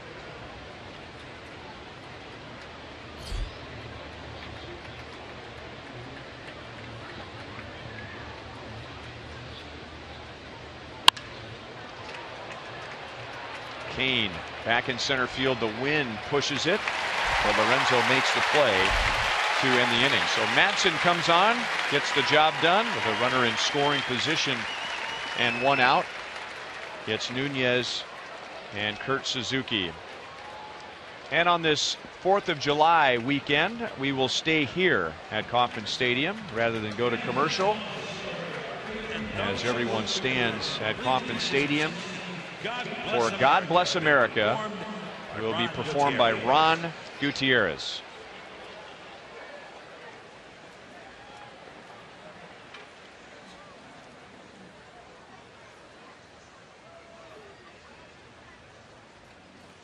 God bless America, land that I love. Stand beside her and guide her through the night with the light from above. From the mountains to the prairies, to the ocean, white with foam. God bless America, my home, sweet home. God bless America, my home, sweet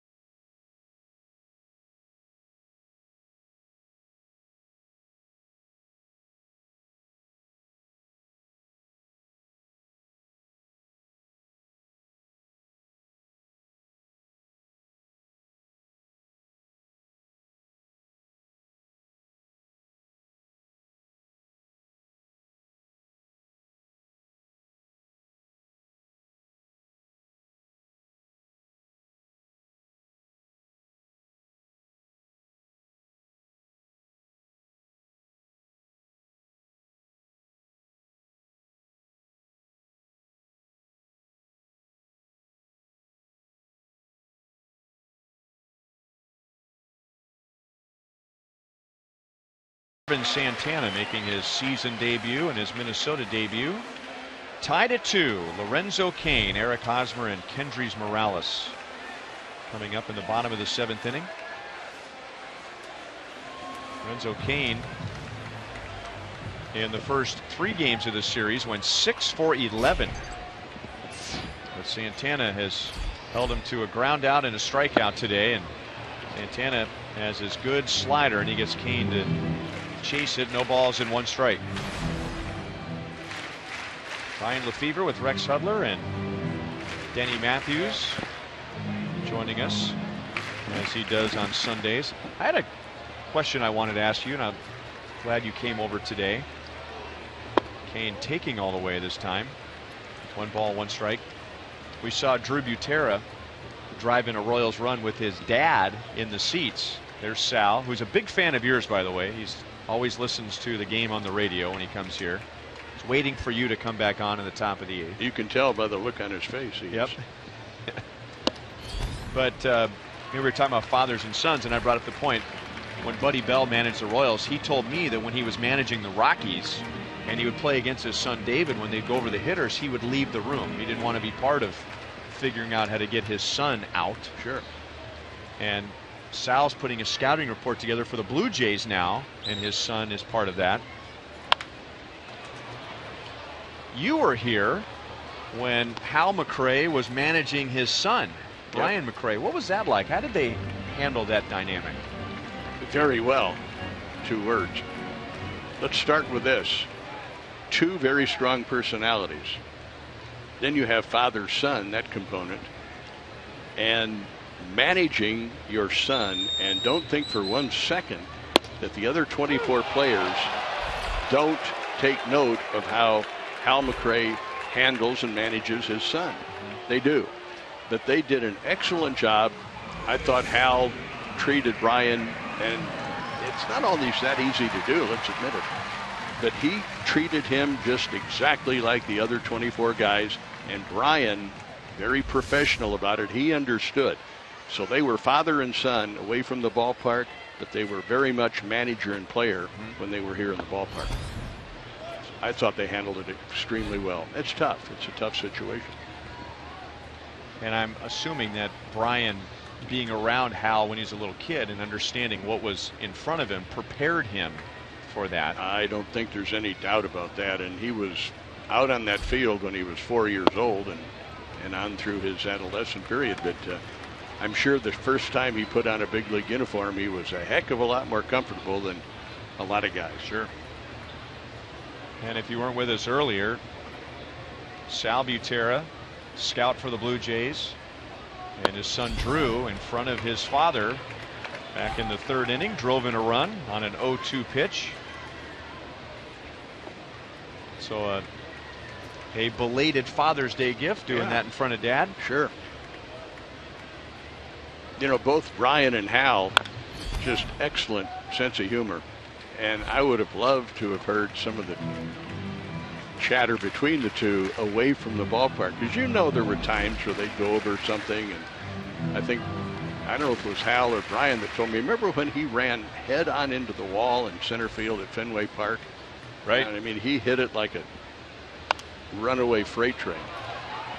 And it would have been fun to, and he made the catch, as I recall, and it would have been fun just to hear, because Hal McRae had a wonderful sense of humor. It would have been fun just to hear his what he said to Brian about running face first into that wall at Fenway, which, by the way, doesn't have much give. 2-2 on Hosmer with 1 out. Well, Brian told me one story. He said that Hal would say in front of the team when Brian was struggling, you know, are you going to bunt? He goes, if you're going to make an out every time, can you find a different way to make an out? So there's some sense of humor from father to son in front of the team. Find a different way to make an out. That's a great line. Hosmer is on with a 1-out walk, and he is the go-ahead run with Wade Davis warming up in the bullpen. Second walk given up by Santana. Hud, let's take a look at the sprint cuts of the game. for the Royals against Santana today. Well, Irvin Santana has not disappointed in his debut for the Twins. He's done a great job getting some early count outs. Pitch efficiency's been good. He's been able to stay in this game a long time. And second and third time around, there's his signature pitch, and it's been working. Morales could make a huge difference with one swing of the bat here. Hosmer runs, and it's grounded to Dozier. That's a double play ground ball without Hosmer taking off. So now the go-ahead run is in scoring position, and there are 2 down. I'd like to see Ned Yost running his guys, especially with Morales up there and Salvi. Morales is grounded into 13 double plays, so that was a good move. Hopefully it pays off here. Only 76 pitches for Irvin Santana with 2 down in the 7th. DraftKings.com shows us the players to watch for today. Go to DraftKings.com, enter the promo code BRoyal. And among that group, Lorenzo Cain, 0 for 3 so far, as the Twins are going to intentionally walk Alex Gordon.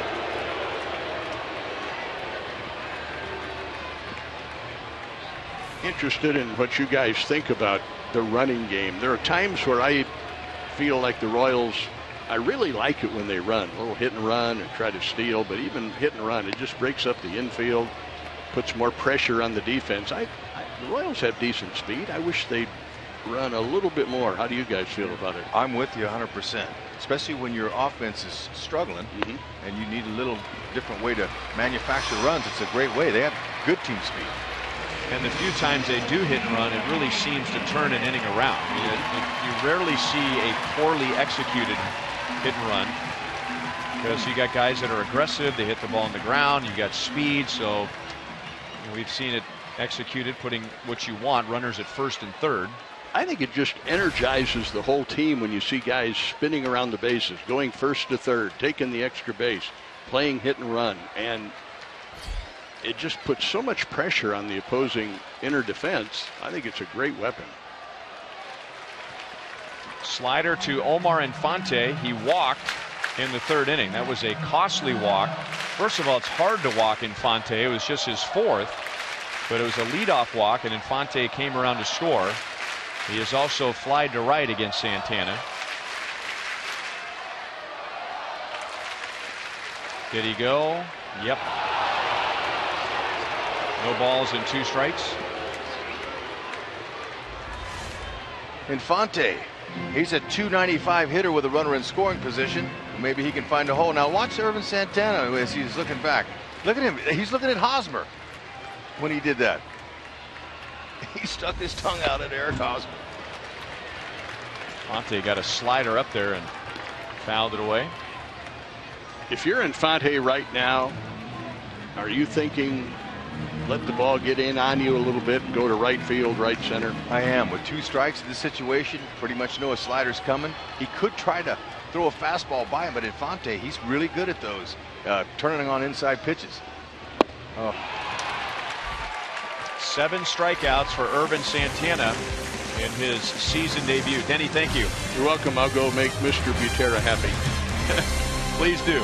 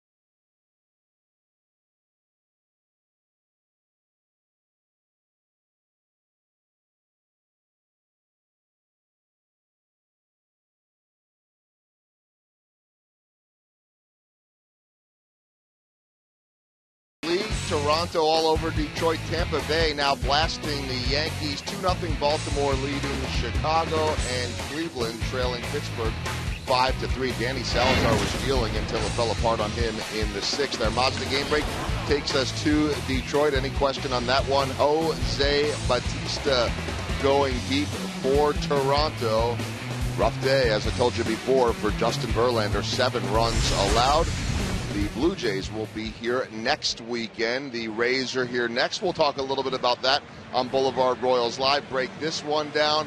Talk about Danny Duffy and Irvin Santana. Hear reaction and much more on Boulevard Royals Live. Brian? Thank you, Joel. Here is Wade Davis in a 2-2 tie in the top of the 8th inning with the 9-1 and 2 hitters coming up. Well pitched game by both sides. For the Royals, it's Danny Duffy for 6 1/3. He allowed the 2 runs. Ryan Madsen got the last 2 outs of the 7th. And now to Hicks, who is batting left-handed for the first time. He is homered, so he's got some power, now trying to show off his speed. Hoping to drop down a bunt to begin the 8th inning. Nice to see Wade Davis in a tie game. He's been the Royals' good luck charm, especially when it comes to picking up wins. He's got 13 wins over the last 2 years. It's the most by any major league reliever. Shallow right. Dyson was playing in, and he's got it. Hicks is 1 for 3.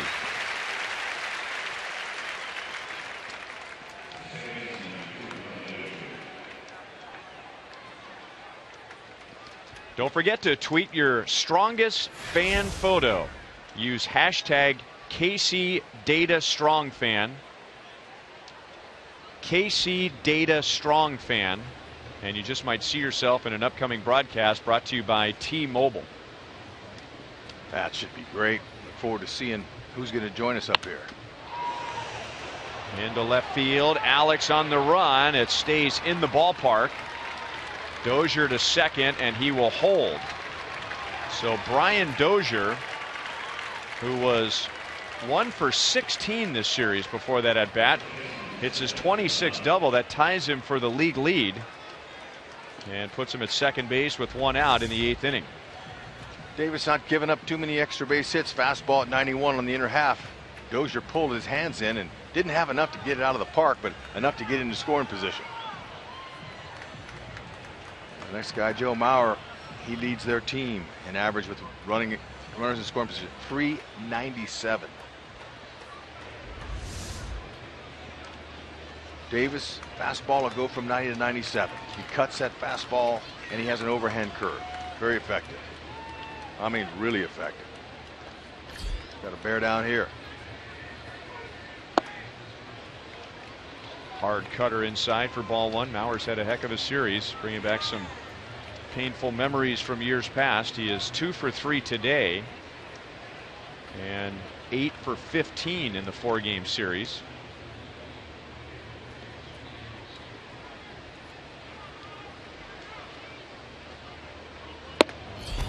And a strike over the outside at 96. 1 ball, 1 strike.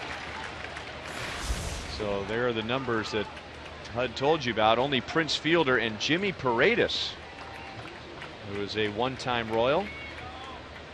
Paredes doesn't have the at-bats that Fielder and Mauer do, but those are the only 2 better in the league in situations like this one.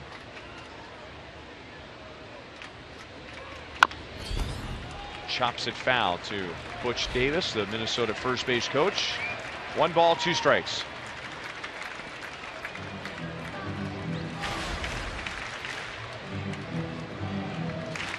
Now, those don't look like good numbers for Wade Davis, but anytime a hitter has that many at-bats against Wade Davis, I always wonder how many of those were against him pre-last year when he was starting for Tampa Bay.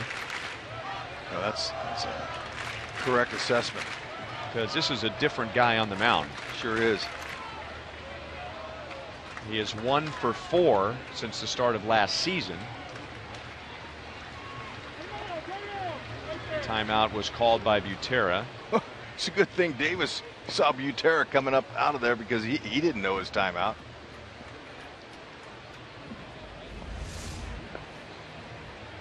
Look at Butera comes up and yeah, that's.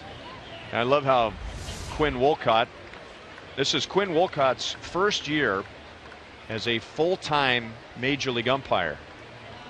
So they're going to be looking for rookie mistakes, but he was pointing at Butera. He was throwing Butera under the bus. He called it. He was the guy who called time. Don't blame me.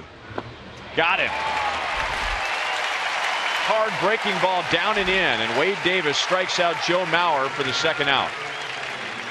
Guarantee you Mauer wasn't looking for that pitch.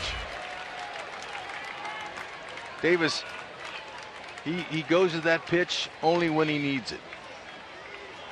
The cutter and combination 4-seam fastballs are good enough to get a lot of guys out, but every once in a while he'll drop the hammer on him. Timely. So Dozier at second, 2 down to Torrey Hunter.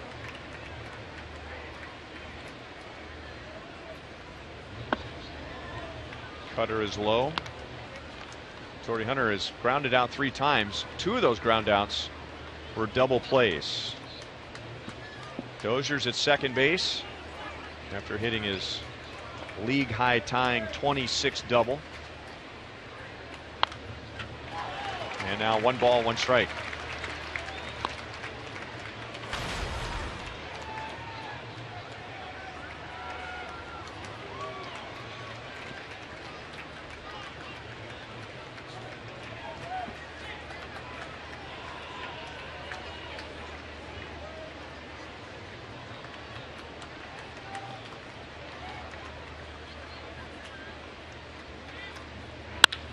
Line caught by Escobar. It's the second time that Escobar has taken a hit away from Hunter in the last 3 innings. So that puts a charge into the Royals dugout as they come up in the bottom of the 8th in a 2-2 tie. Another run saved by a great defender.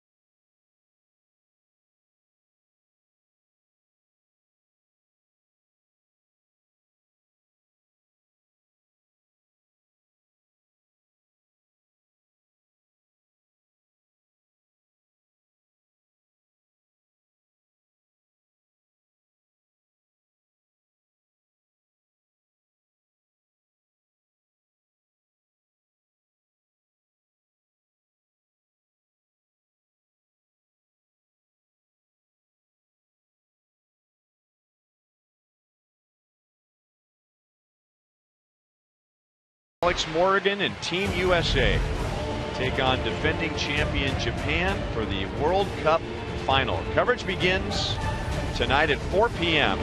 on your local Fox station and streaming live on Fox Sports Go.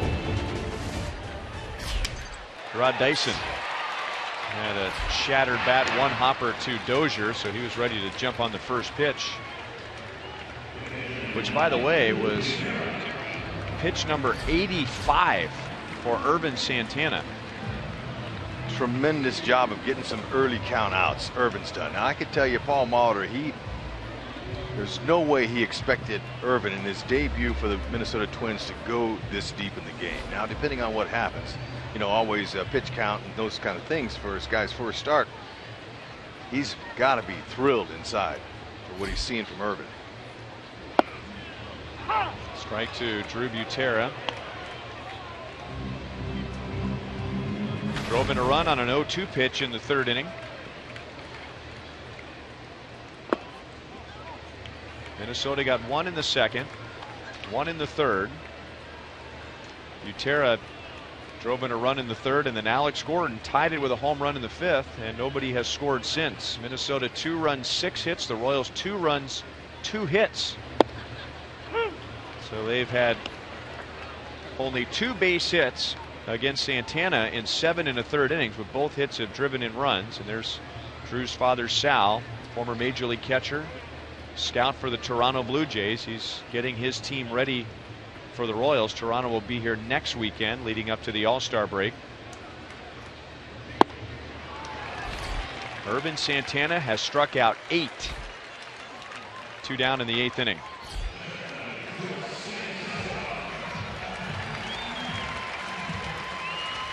And now Alcides Escobar with 2 down. 0 for 3 at the plate, but it's had another big game on defense. Just ask Torrey Hunter. That's right. You try to keep it away from Escobar if you can, but that's a heck of a play to get the force there for Duffy. And this one right here, if he can't get to that ball in the left field, Twins have the lead.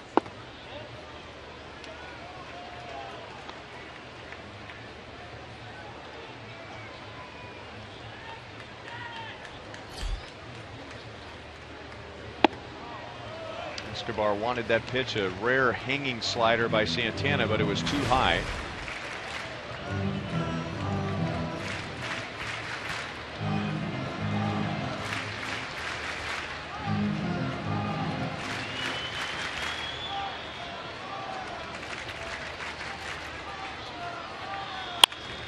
Past Santana and into center field.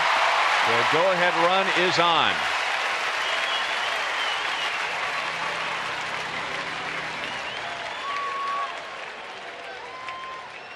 Escobar beat the shift. They're all pulled over to the left side of the infield.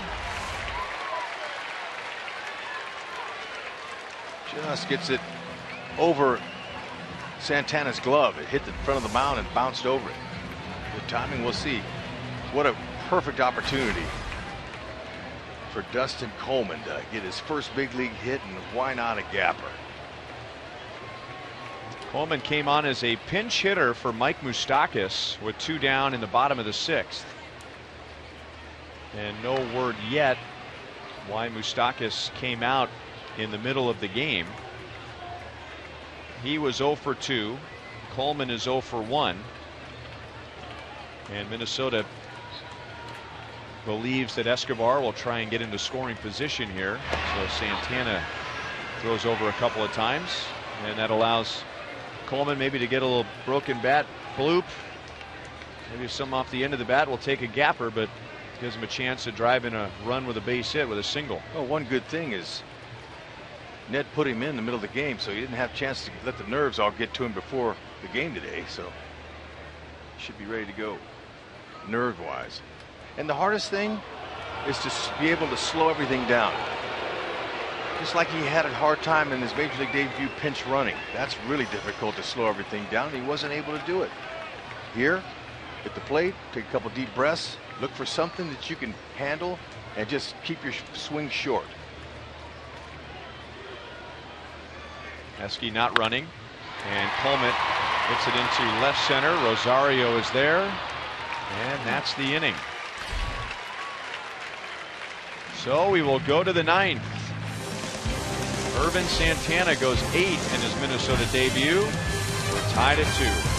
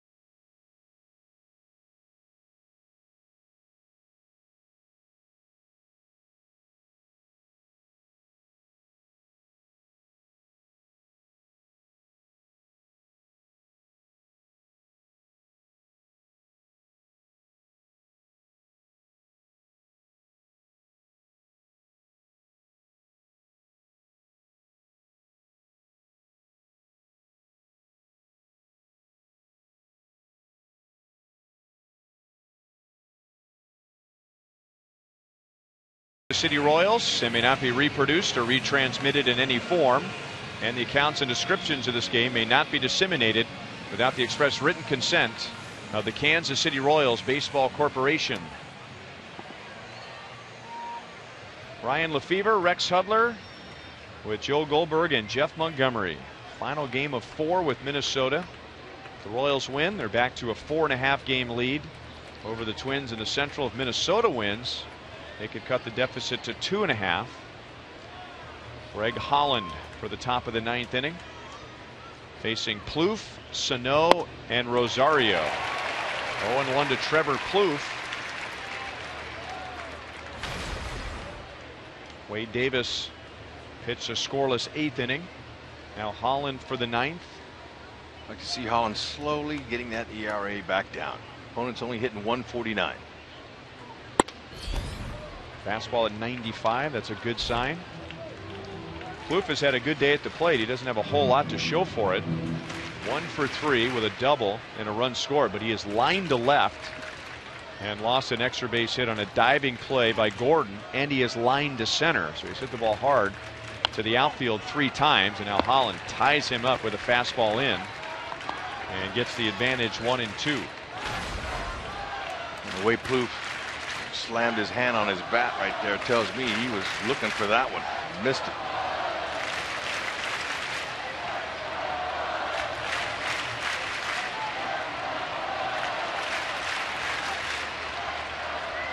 Fans here at Kauffman Stadium know how important this win is for the Royals.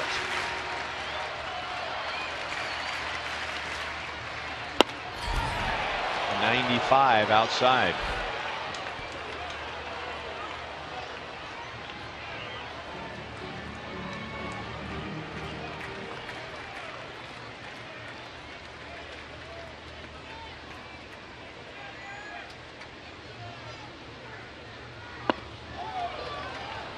Thought about it, and now 3-2. Minnesota Twins have not won back-to-back games since the middle of June. They have not won a road series since the middle of May.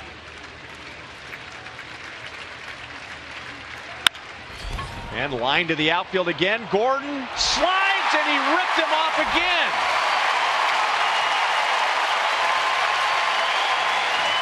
And Trevor Plouffe is thinking, what did I ever do to Alex Gordon?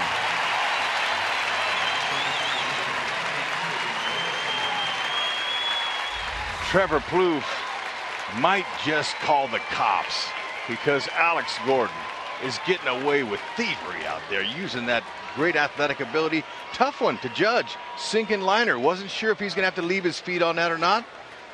And Plouffe saying, you got to be kidding me.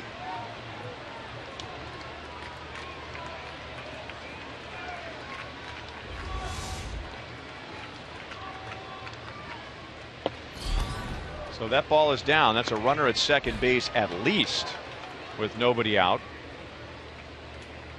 Ball 1 to Miguel Sano.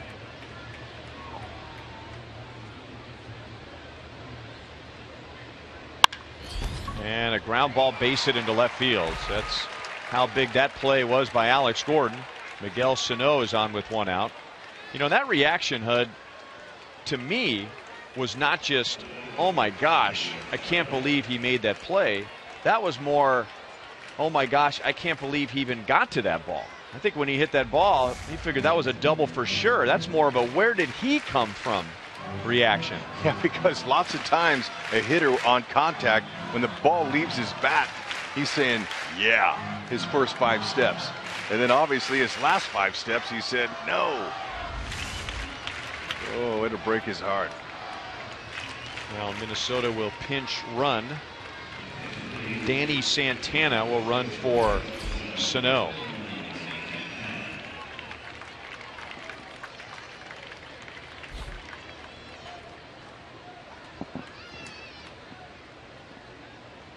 And Eddie Rosario at the plate. He is struck out, walked, and dropped down a sacrifice bunt. Little tap. Holland plays a big hop in the dirt, and Hosmer saves an error. 2 down as Santana moves up to second base. Sure does help when you have Gold on the corner there and Hosmer, and you can just make a play and just throw it. Not even worry about, oh, I got to make a good throw here. He just throws it, gets it over there because he knows wherever it's going to be, Hosmer's got a great chance of catching the ball. Same way with a pitcher when you throw to Salvador Perez. You know, you can throw your secondary pitches with a runner at third base, knowing that he'll block the ball. I mean, a great confidence with this guy's throwing to Hosmer and pitching to Salvi. Or hitting it to Alex. I mean, just pick any one of those players out there. Escobar, Moose, Kane. Eduardo Nunez with the go-ahead run at second base, 2 outs. Good hard slider down and away, strike 1.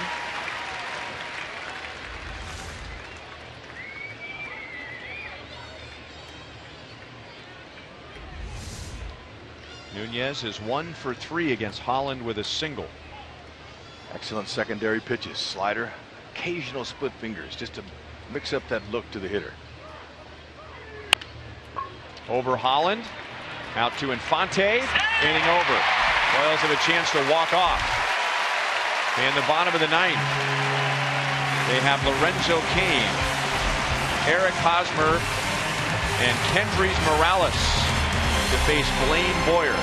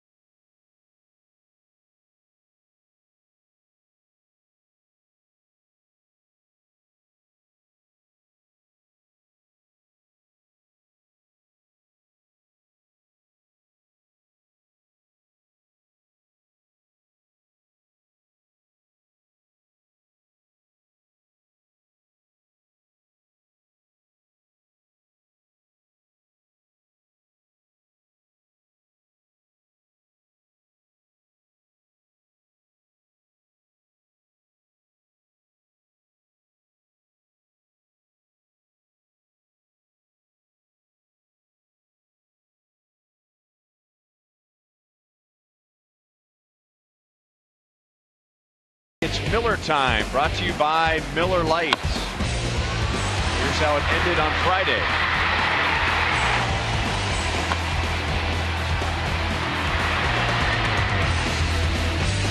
Rod Dyson driving in Lorenzo Cain. The Royals walking off to even the series at 1 victory apiece. Minnesota won last night. The Royals are trying to finish this series with a 4-game split and a 4.5-game lead. And it is Lorenzo Cain who will lead off the 9th, followed by Eric Hosmer and Kendrys Morales facing Blaine Boyer. Blaine Boyer 90-93 with a sinker. He's going to try to get these hitters to ground out. A sinker, slider, changeup combination. Before that walk-off by the Royals on Friday, there was only 2 teams left in Major League Baseball that had not had walk-offs, and it was the Royals and the Yankees. And the Royals walked off, and then sometime later the Yankees got their walk-off on the same night. And then walked off again yesterday. Boyer probably just going to face Cain and then hit the road. He has not done well against righties this year. He's done better against lefties, but Minnesota has Aaron Thompson warming up with Hosmer on deck. We'll see. Outside, 3 balls and no strikes. Boyer, his shoulders sank when that ball was called a post, and then the monitor's going, oh no, not Lorenzo Cain. Don't put him on base. Take a shot. 3-0. Fits your pitch. Walk it off. Nope, not going to do it. Try and distract him with a bunt. Some guys just don't feel comfortable swinging 3-0. See where that pitch was. That was middle in right there. Looking for another one.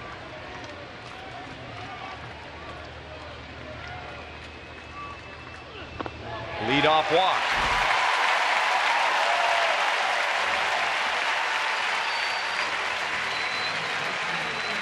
And now we'll see what Paul Molitor does. Thompson is ready in the bullpen.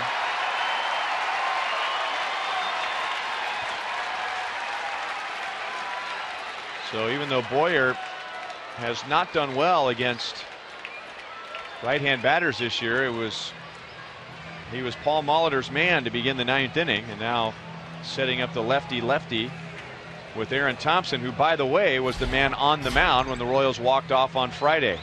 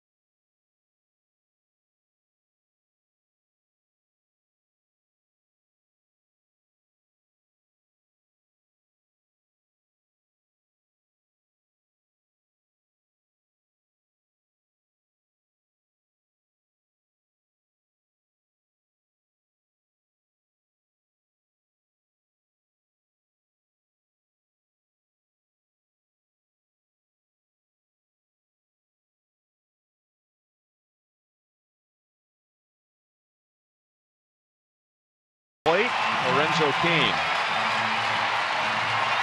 trying to score another big run in this series, and Hosmer will get Aaron Thompson. ERA is over 5. This is the 34th runner he has inherited this year.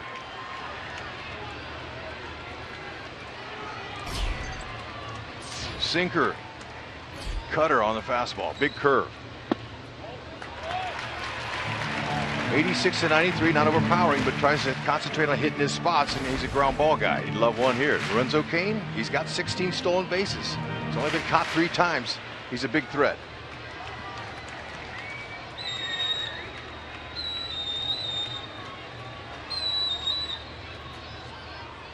Cain read that all the way.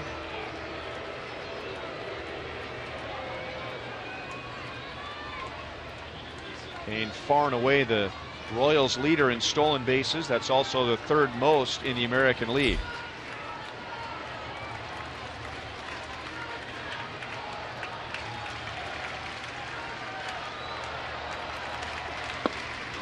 Big swing of the slider down and away. Haas going to have to shorten up that swing if he wants to have any success here. Ball's moving away from him. When you pull off like that, you're going to hit a little pop-up or roll over into a double play. Haas does not want to do that. Stay inside the ball. He's only grounded. Well, he's grounded in 9 double plays this year. He can think left center. And Minnesota, as you would expect, they are in no doubles depth in the outfield. So the outfield is deep, but boy, does that open up this spacious outfield. There is a lot of room out there.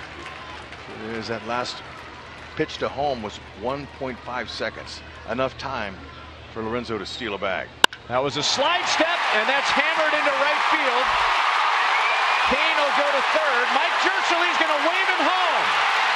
Kane to the plate. Royals win it in the bottom of the ninth.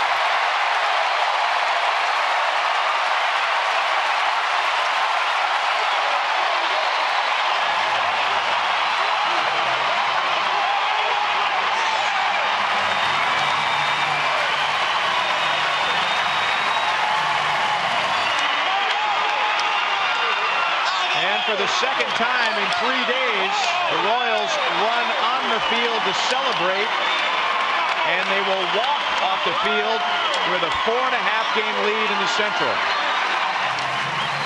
Excellent job of Hosmer. He got his pitch. Forget about going to left center field. If he got a pitch up he can handle, he's going to do it, and that's exactly what he did. His eyes lit up and says, man, I can get this by Torrey Hunter. And when that ball skipped by Torrey Hunter, I knew there was a chance that Mike Jershely, great decision on sending one of their speediest runners home in Lorenzo Kane. Beautiful salvage there. Holding serve against the Twins in a 4-game series.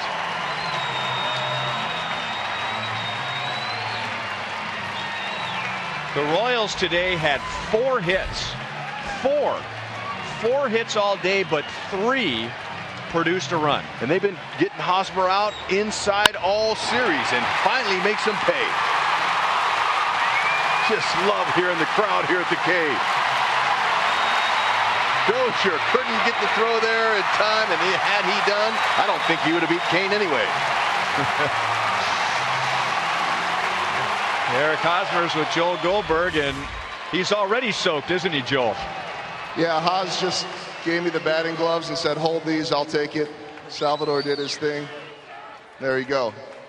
2 walk-offs in 3 games. You salvaged the series split, and they're 4.5 games back up.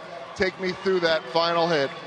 Well, you know, with Kane on base, you got a chance to get him in and just try to find a gap right there, get him to use his legs, and, you know, that's all Kane started off right there, used his legs, and won us a ball game. On a week where the offense has been struggling, and it happens in baseball, to be able to get out of here with 2 wins in dramatic fashion, what does that do for this first-place club? It does a lot. You know, we realize we're not going to be firing on all cylinders all year long, but good teams find a way to win, and especially when we're facing a good team like Minnesota, we got to figure out any way we can to win a game, and, you know, we split the series here, so, you know, that's all we can ask. You know, there were some stretches earlier in this year where you were just winning games easily, at least by score. I know it's never easy. But it feels like in this series you went back to winning games the way you did last year. Yeah, we're you know, starting to use our legs a little more. We're trying to steal some more bases, and the defense is always going to be there. So you know, we know once we get the bats going, we'll be a dangerous team, and you know, this is a tough place for opponents to come in. That's the final thought, as we've got about 30,000 here on a steamy Sunday afternoon. Great 4th of July weekend crowd. How much fun is it playing in this place and not having to play against it like so many do? Oh, it's always fun. You know, you can always go on the road, and that it doesn't faze you at all because of the energy of Kauffman Stadium. So we thank you guys, and, you know, Steve, stay with us. Way to win it. Great job, Hos. Eric Hosmer, the walk-off hero. 2 walk-offs in 3 games and a huge series split. Guys. What a series, and Joel brought up a great point. I mean, here are the Royals. Boy, did that feel good. Maybe even better than the walk-off. Here are the Royals not scoring runs and yet finding a way to win a game, and they split the series. I wonder if he could come up here and do that to us.